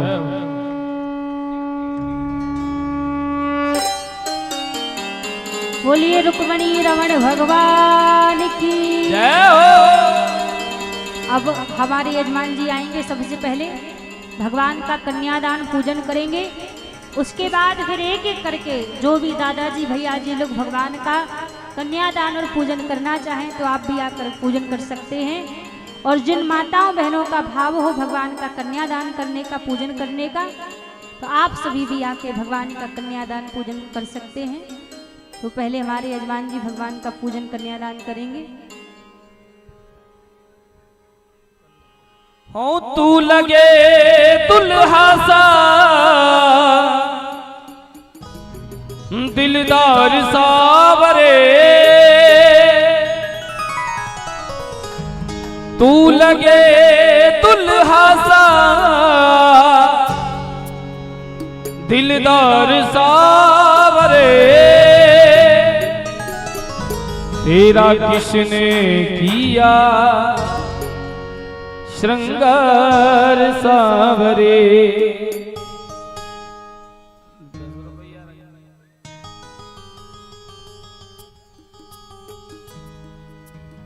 आचार्य जी पूजन करवा दीजिए। हाँ, कुछ दक्षिणा रखवा लीजिए, संकल्प करवा दीजिए। हाँ।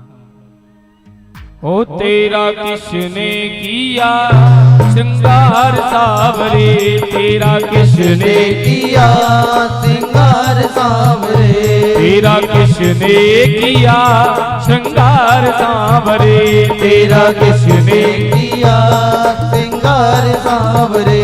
हो लगे दुल्हा सा दिलदार सावरे, लगे दुल्हा सा दिलदार सावरे, तू लगे दुल्हा सा दिलदार सावरे, तू लगे दुल्हा सा दिलदार सावरे। ओ तेरा किसने किया श्रृंगार सावरे, तेरा किसने किया श्रृंगार सावरे, ओ तेरा किसने किया श्रृंगार सावरे, तेरा किसने किया श्रृंगार सावरे। तू लगे दुल्हा सा दिलदार सावरे, तू लगे दुल्हा सा दिलदार सावरे, तू लगे दुल्हा सा दिलदार सावरे, तू लगे दुल्हा सा दिलदार सावरे। तेरा किसने किया श्रृंगार सावरे, तेरा किसने किया हंस जाएगा श्रृंगार सावरे, ओ तेरा किसने किया श्रृंगार सावरे, तेरा किसने किया श्रृंगार सावरे। द्वारकाधीश की जय हो।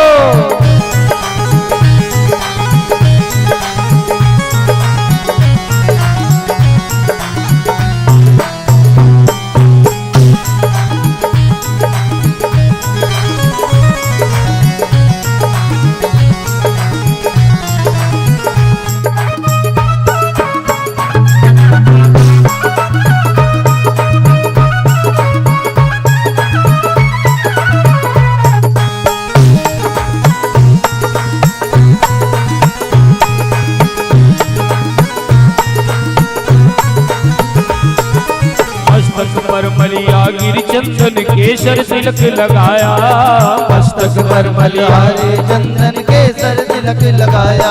हे मस्तक पर मलिया गिरि चंदन केसर तिलक लगाया। मस्तक पर मलिया गिरि चंदन केसर तिलक लगाया। और रहे सलामत हाथ सदा वो जिसने तुम्हें सजाया। रहे सलामत हाथ सदा वो जिसने तुम्हें सजाया। ओ सजाता रहे हर बार सावरे। सजाता रहे हर बार सावरे। ओ तेरा किसने किया श्रृंगार सावरे। तेरा किसने किया श्रृंगार सावरे। ओ तेरा किसने किया श्रृंगार सावरे। तेरा किसने किया श्रृंगार सावरे। तू लगे दुल्हा सा दिलदार सावरे। लगे दुल्हा सा दिलदार सावरे। तू लगे दुल्हा सा दिलदार सावरे। तू लगे दुल्हा सा दिलदार सावरे। तेरा किसने किया श्रृंगार सावरे। तेरा किसने किया श्रृंगार सावरे। ओ मस्तक पर मलिया गिरि चंदन केसर तिलक लगाया। मस्तक पर मल्हारी चंदन केसर तिलक लगाया। हे मोर मुकुट कानों में कुंडल इत्र बहुत बरसाया। मोर मुकुट कानों में कुंडल इत्र बहुत बरसाया। हे मोर मुकुट कानों में कुंडल इत्र बहुत बरसाया। मोर मुकुट कानों में कुंडल इत्र बहुत बरसाया। महकता रहे ये दरबार सावरे। महकता रहे ये दरबार सावरे। हो महकता रहे ये दरबार सावरे। महकता रहे दरबार सावरे। तेरा किसने किया श्रृंगार सावरे। तेरा किसने किया श्रृंगार सावरे।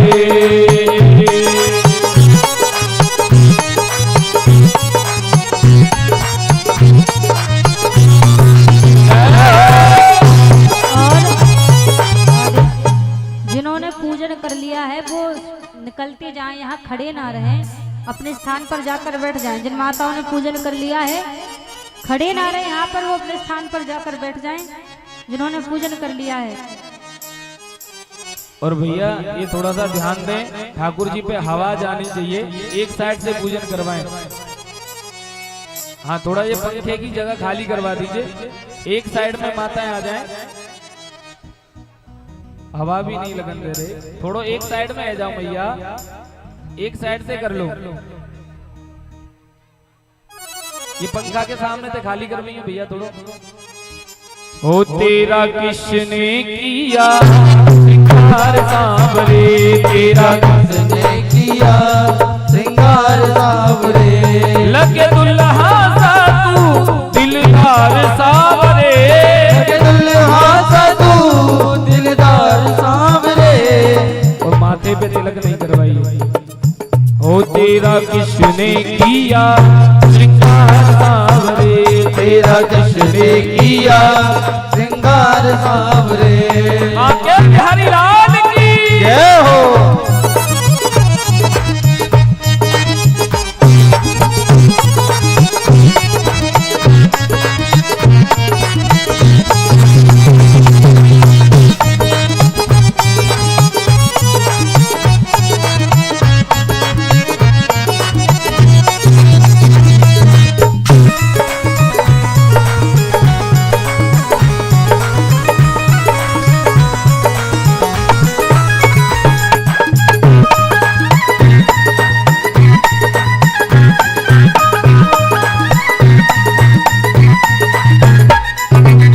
बागों से कलियां चुन चुन कर सुंदर हार बनाया।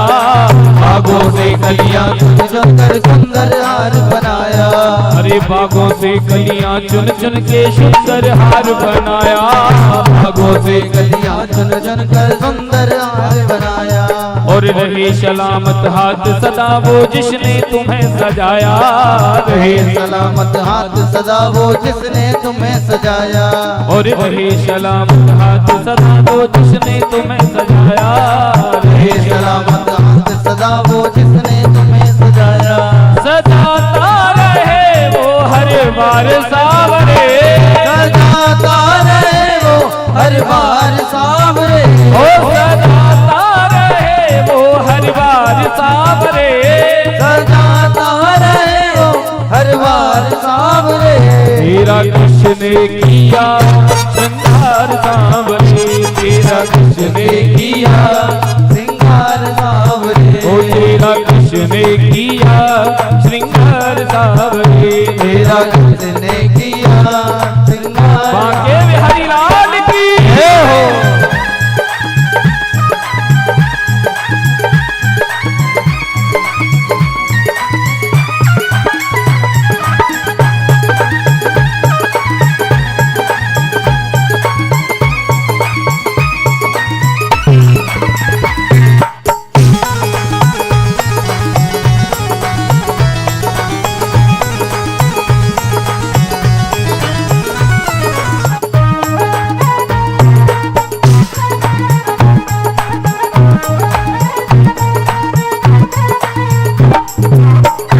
बोले रुक्मणी हरण भगवान की जय। थोड़ा वॉल्यूम बढ़ा दो, इको बढ़ा देते। हे मुझे चूड़ियां पहना दो, मुझे घुंघरू बंधा दो, हे मुझे चूड़ियां पहना दो, मुझे घुंघरू बना दो, मुझे दुल्हन बना दो मेरे श्याम की, मैं तो रानी बनूंगी ब्रजधाम की, मैं तो रानी बनूंगी ब्रजधाम की, मैं तो रानी बनूंगी घनश्याम की, मैं तो रानी बनूंगी घनश्याम की। हे मुझे चूड़ियां पहना दो, मुझे घुंघरू बंधा दो, मुझे चूड़ियां पहना दो, मुझे घुंघरू बंधा दो, मुझे दुल्हन बना दो मेरे श्याम की, ओ मैं तो रानी बनूंगी ब्रजधाम की, मैं तो रानी बनूंगी घनश्याम की, हे मैं तो रानी बनूंगी ब्रजधाम की, मैं तो रानी बनूंगी ब्रजधाम की, मैं तो रानी बनूंगी ब्रजधाम की, मैं तो रानी बनूंगी ब्रजधाम की। द्वारकाधीश भगवान की जय हो।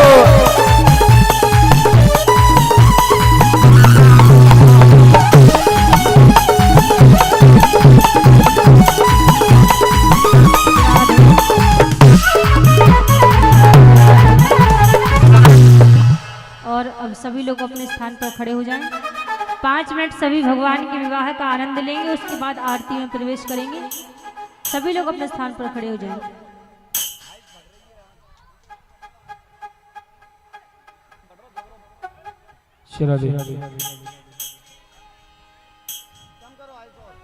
बोली द्वारकाधीश भगवान की जय। द्वारकाधीश भगवान की जय। हे मुझे चूड़ियां पहना दो,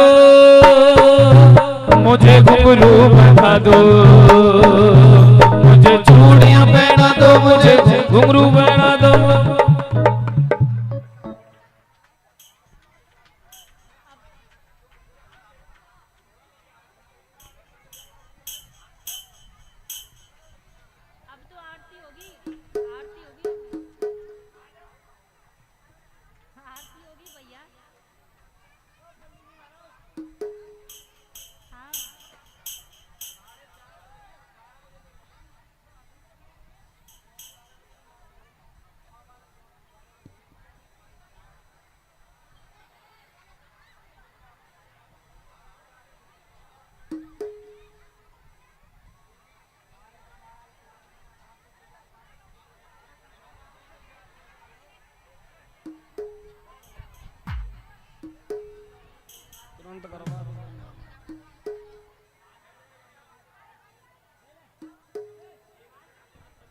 भैया जी पब्लिक अगर 3 बजे निकल आके आ भी तो हम 6 बजे तक नहीं बैठेंगे, है ना।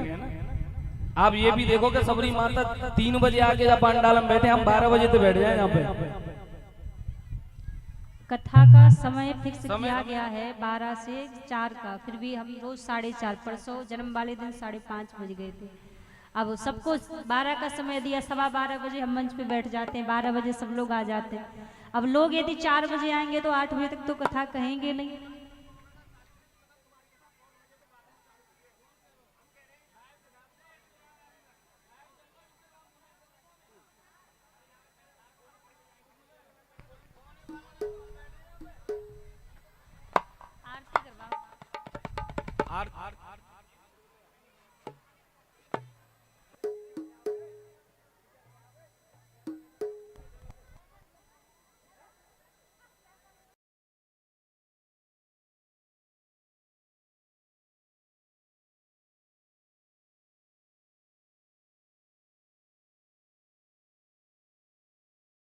श्याम ये जोड़ी का जवाब नहीं, अजो दूल्हा बने घनश्याम ये जोड़ी का जवाब नहीं। ओ की जोड़ी का जवाब नहीं, ये जोड़ी का जवाब नहीं, ये जोड़ी का जवाब नहीं, ये जोड़ी का जवाब नहीं। अजो दूल्हा, अजो दूल्हा, अजो दूल्हा बने हैं नंदला, ये जोड़ी का जवाब नहीं, अजो दूल्हा बने हैं घनश्याम ये जोड़ी का जवाब नहीं।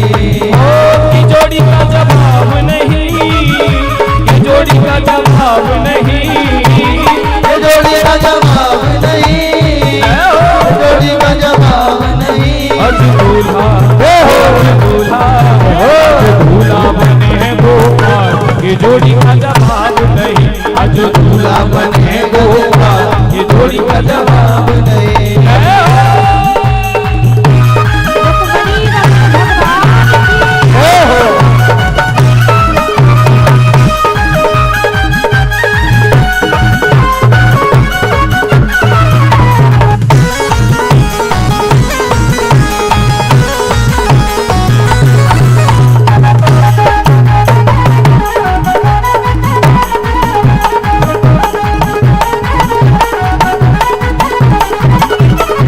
रुकमण मेरी गोरी गोरी, रुकमण मेरी गोरी गोरी, रुकमण मेरी गोरी गोरी, रुकमण मेरी गोरी गोरी, गोरी गोरी, गोरी गोरी, गोरी गोरी, गोरी गोरी, रुकमण मेरी गोरी गोरी, रुकमण मेरी गोरी गोरी। श्याम भरण घनश्याम की जोड़ी का जवाब नहीं, श्याम भरण घनश्याम की जोड़ी का जवाब नहीं। अजो दूल्हा बने घनश्याम जोड़ी का जवाब नहीं, आज दूल्हा बने घनश्याम ये जोड़ी का जवाब नहीं। ओ की जोड़ी का जवाब नहीं, ये जोड़ी का जवाब नहीं, ये जोड़ी का जवाब नहीं, जोड़ी का जवाब नहीं। अजो दूल्हा, अजो दूल्हा, अजो दूल्हा बने हैं गोपाल, ये जोड़ी का जवाब नहीं, अजो दूल्हा बने गोपाल जोड़ी का जवाब नहीं।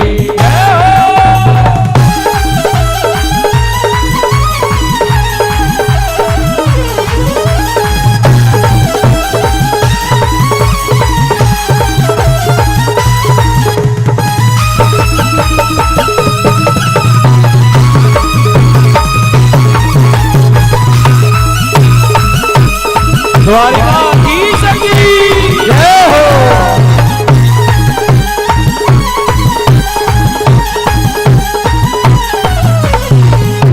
और किस किस को आज ठाकुर जी के विवाह की खुशी है, दोनों हाथ उठाए सभी जिन्हें खुशी हो ठाकुर जी के विवाह की, वो सभी मस्ती में झूमते हुए कहें, अज दूल्हा बने हैं गोपाल की जोड़ी का जवाब नहीं, अज दूल्हा बने हैं गोपाल की जोड़ी का जवाब नहीं। हो की जोड़ी का जवाब नहीं, ये जोड़ी का जवाब नहीं, ये जोड़ी का जवाब नहीं, ये जोड़ी का जवाब नहीं। अज दूल्हा, अज दूल्हा, अज दूल्हा बने हैं नंदलाल जोड़ी का जवाब नहीं, अज दूल्हा बने हैं नंदलाल ये जोड़ी का जवाब नहीं।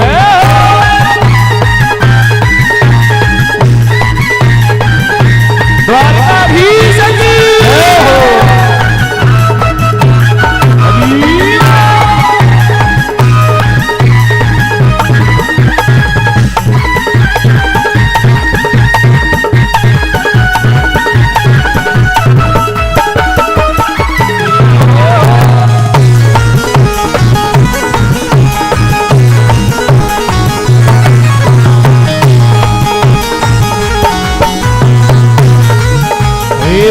रुक्मण मेरी महलों वाली, रुक्मण मेरी महलों वाली, रुक्मण मेरी महलों वाली, रुक्मण मेरी महलों वाली, महलों वाली हम महलों वाली, महलों वाली हम महलों वाली।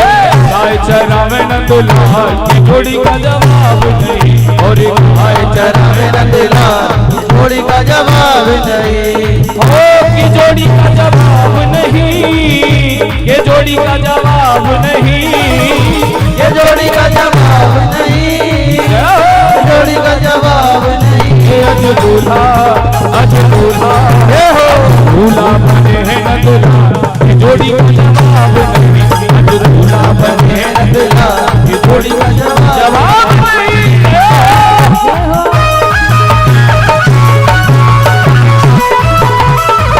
हरि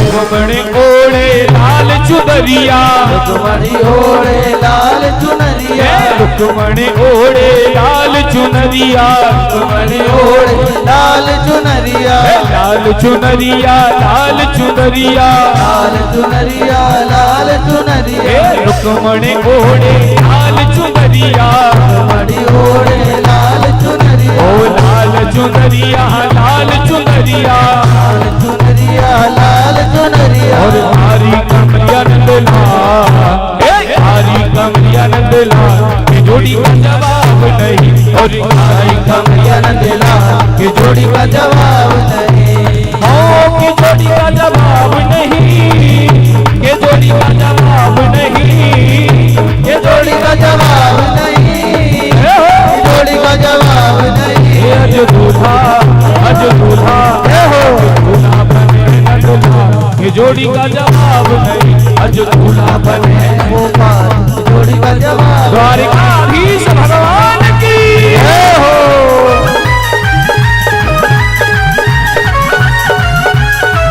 हरि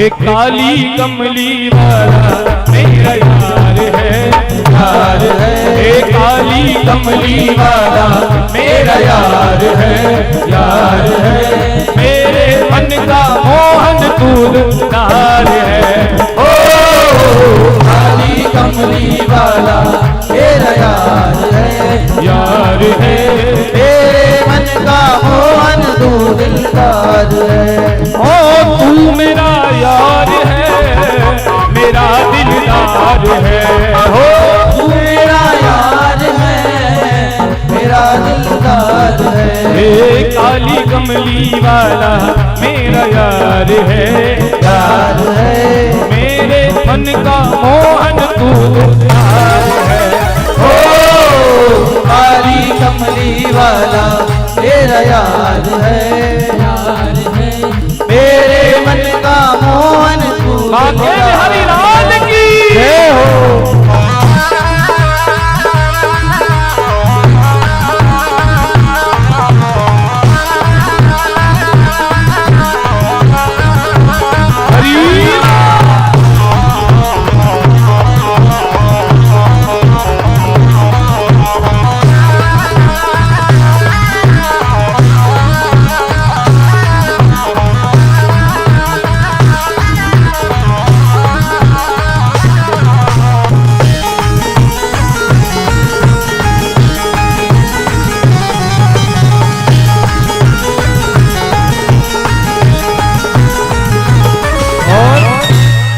जो कलश वाली जितनी भी कन्याएं हैं, कोई भी जाए ना उन्हें चुनरी उड़ाई जाएगी। निवेदन है जितनी भी हमारी बहनों ने कलश उठाए थे, कोई भी जाए ना आरती के बाद, सभी यहीं रहेंगे। श्री राधे। एक बार से भी दोनों हाथ रख के श्री राधे राधे, दोनों हाथ रख के श्री राधे राधे।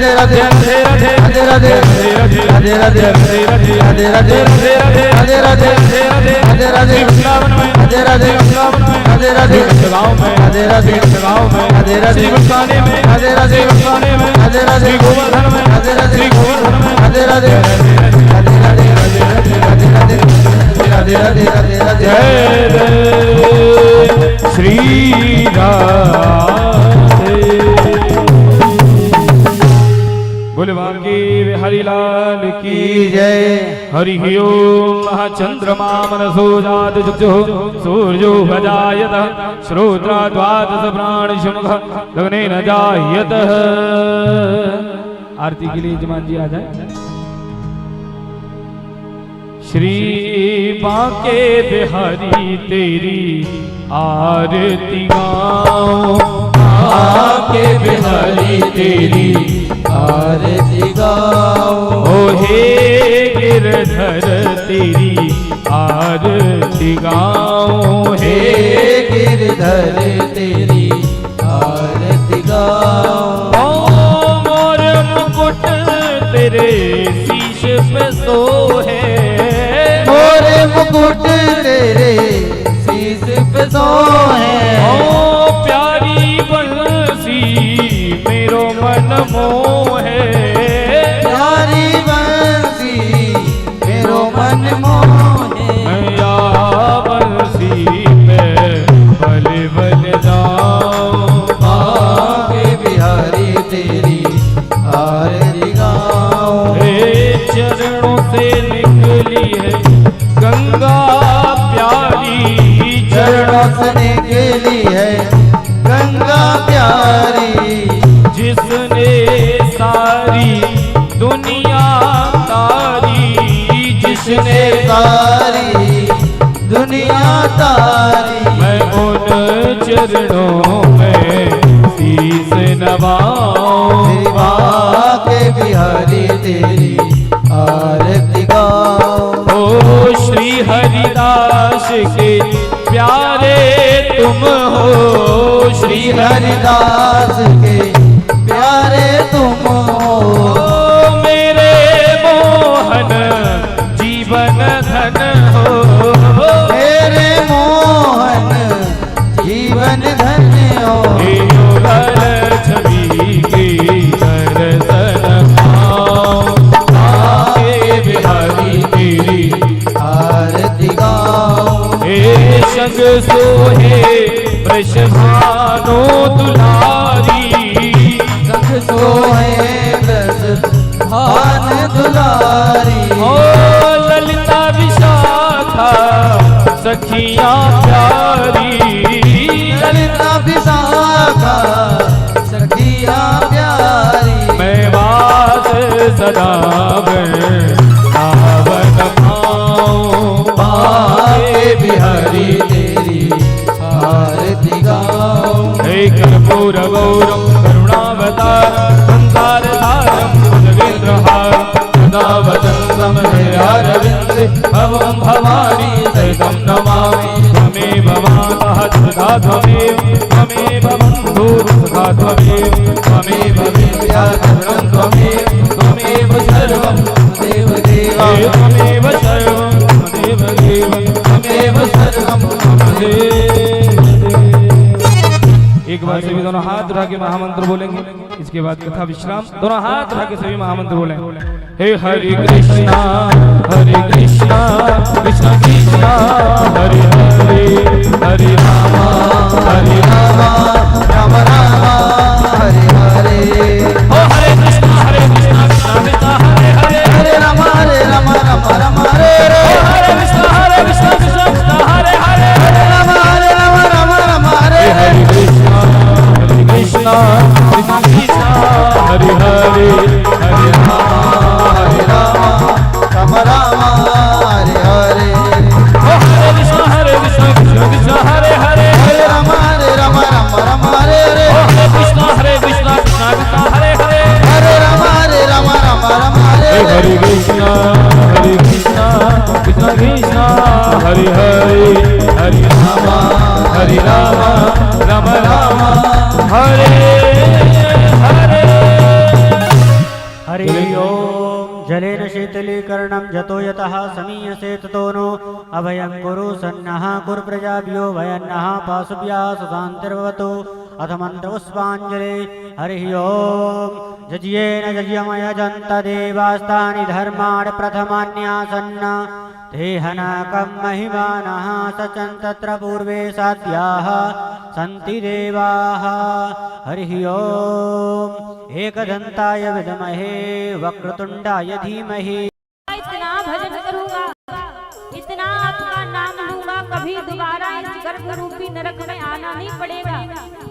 भगवान कृपा कर देते हैं, कृपा करके प्रभु गर्भ रूपी नरक से बाहर निकाल देते हैं। लेकिन बाहर आने के बाद होता क्या है, हम फिर भगवान को भूल जाते हैं। भूलते कैसे हैं? इस मन के कारण। इसलिए इस मन को समझाकर साधक कहता है महाराज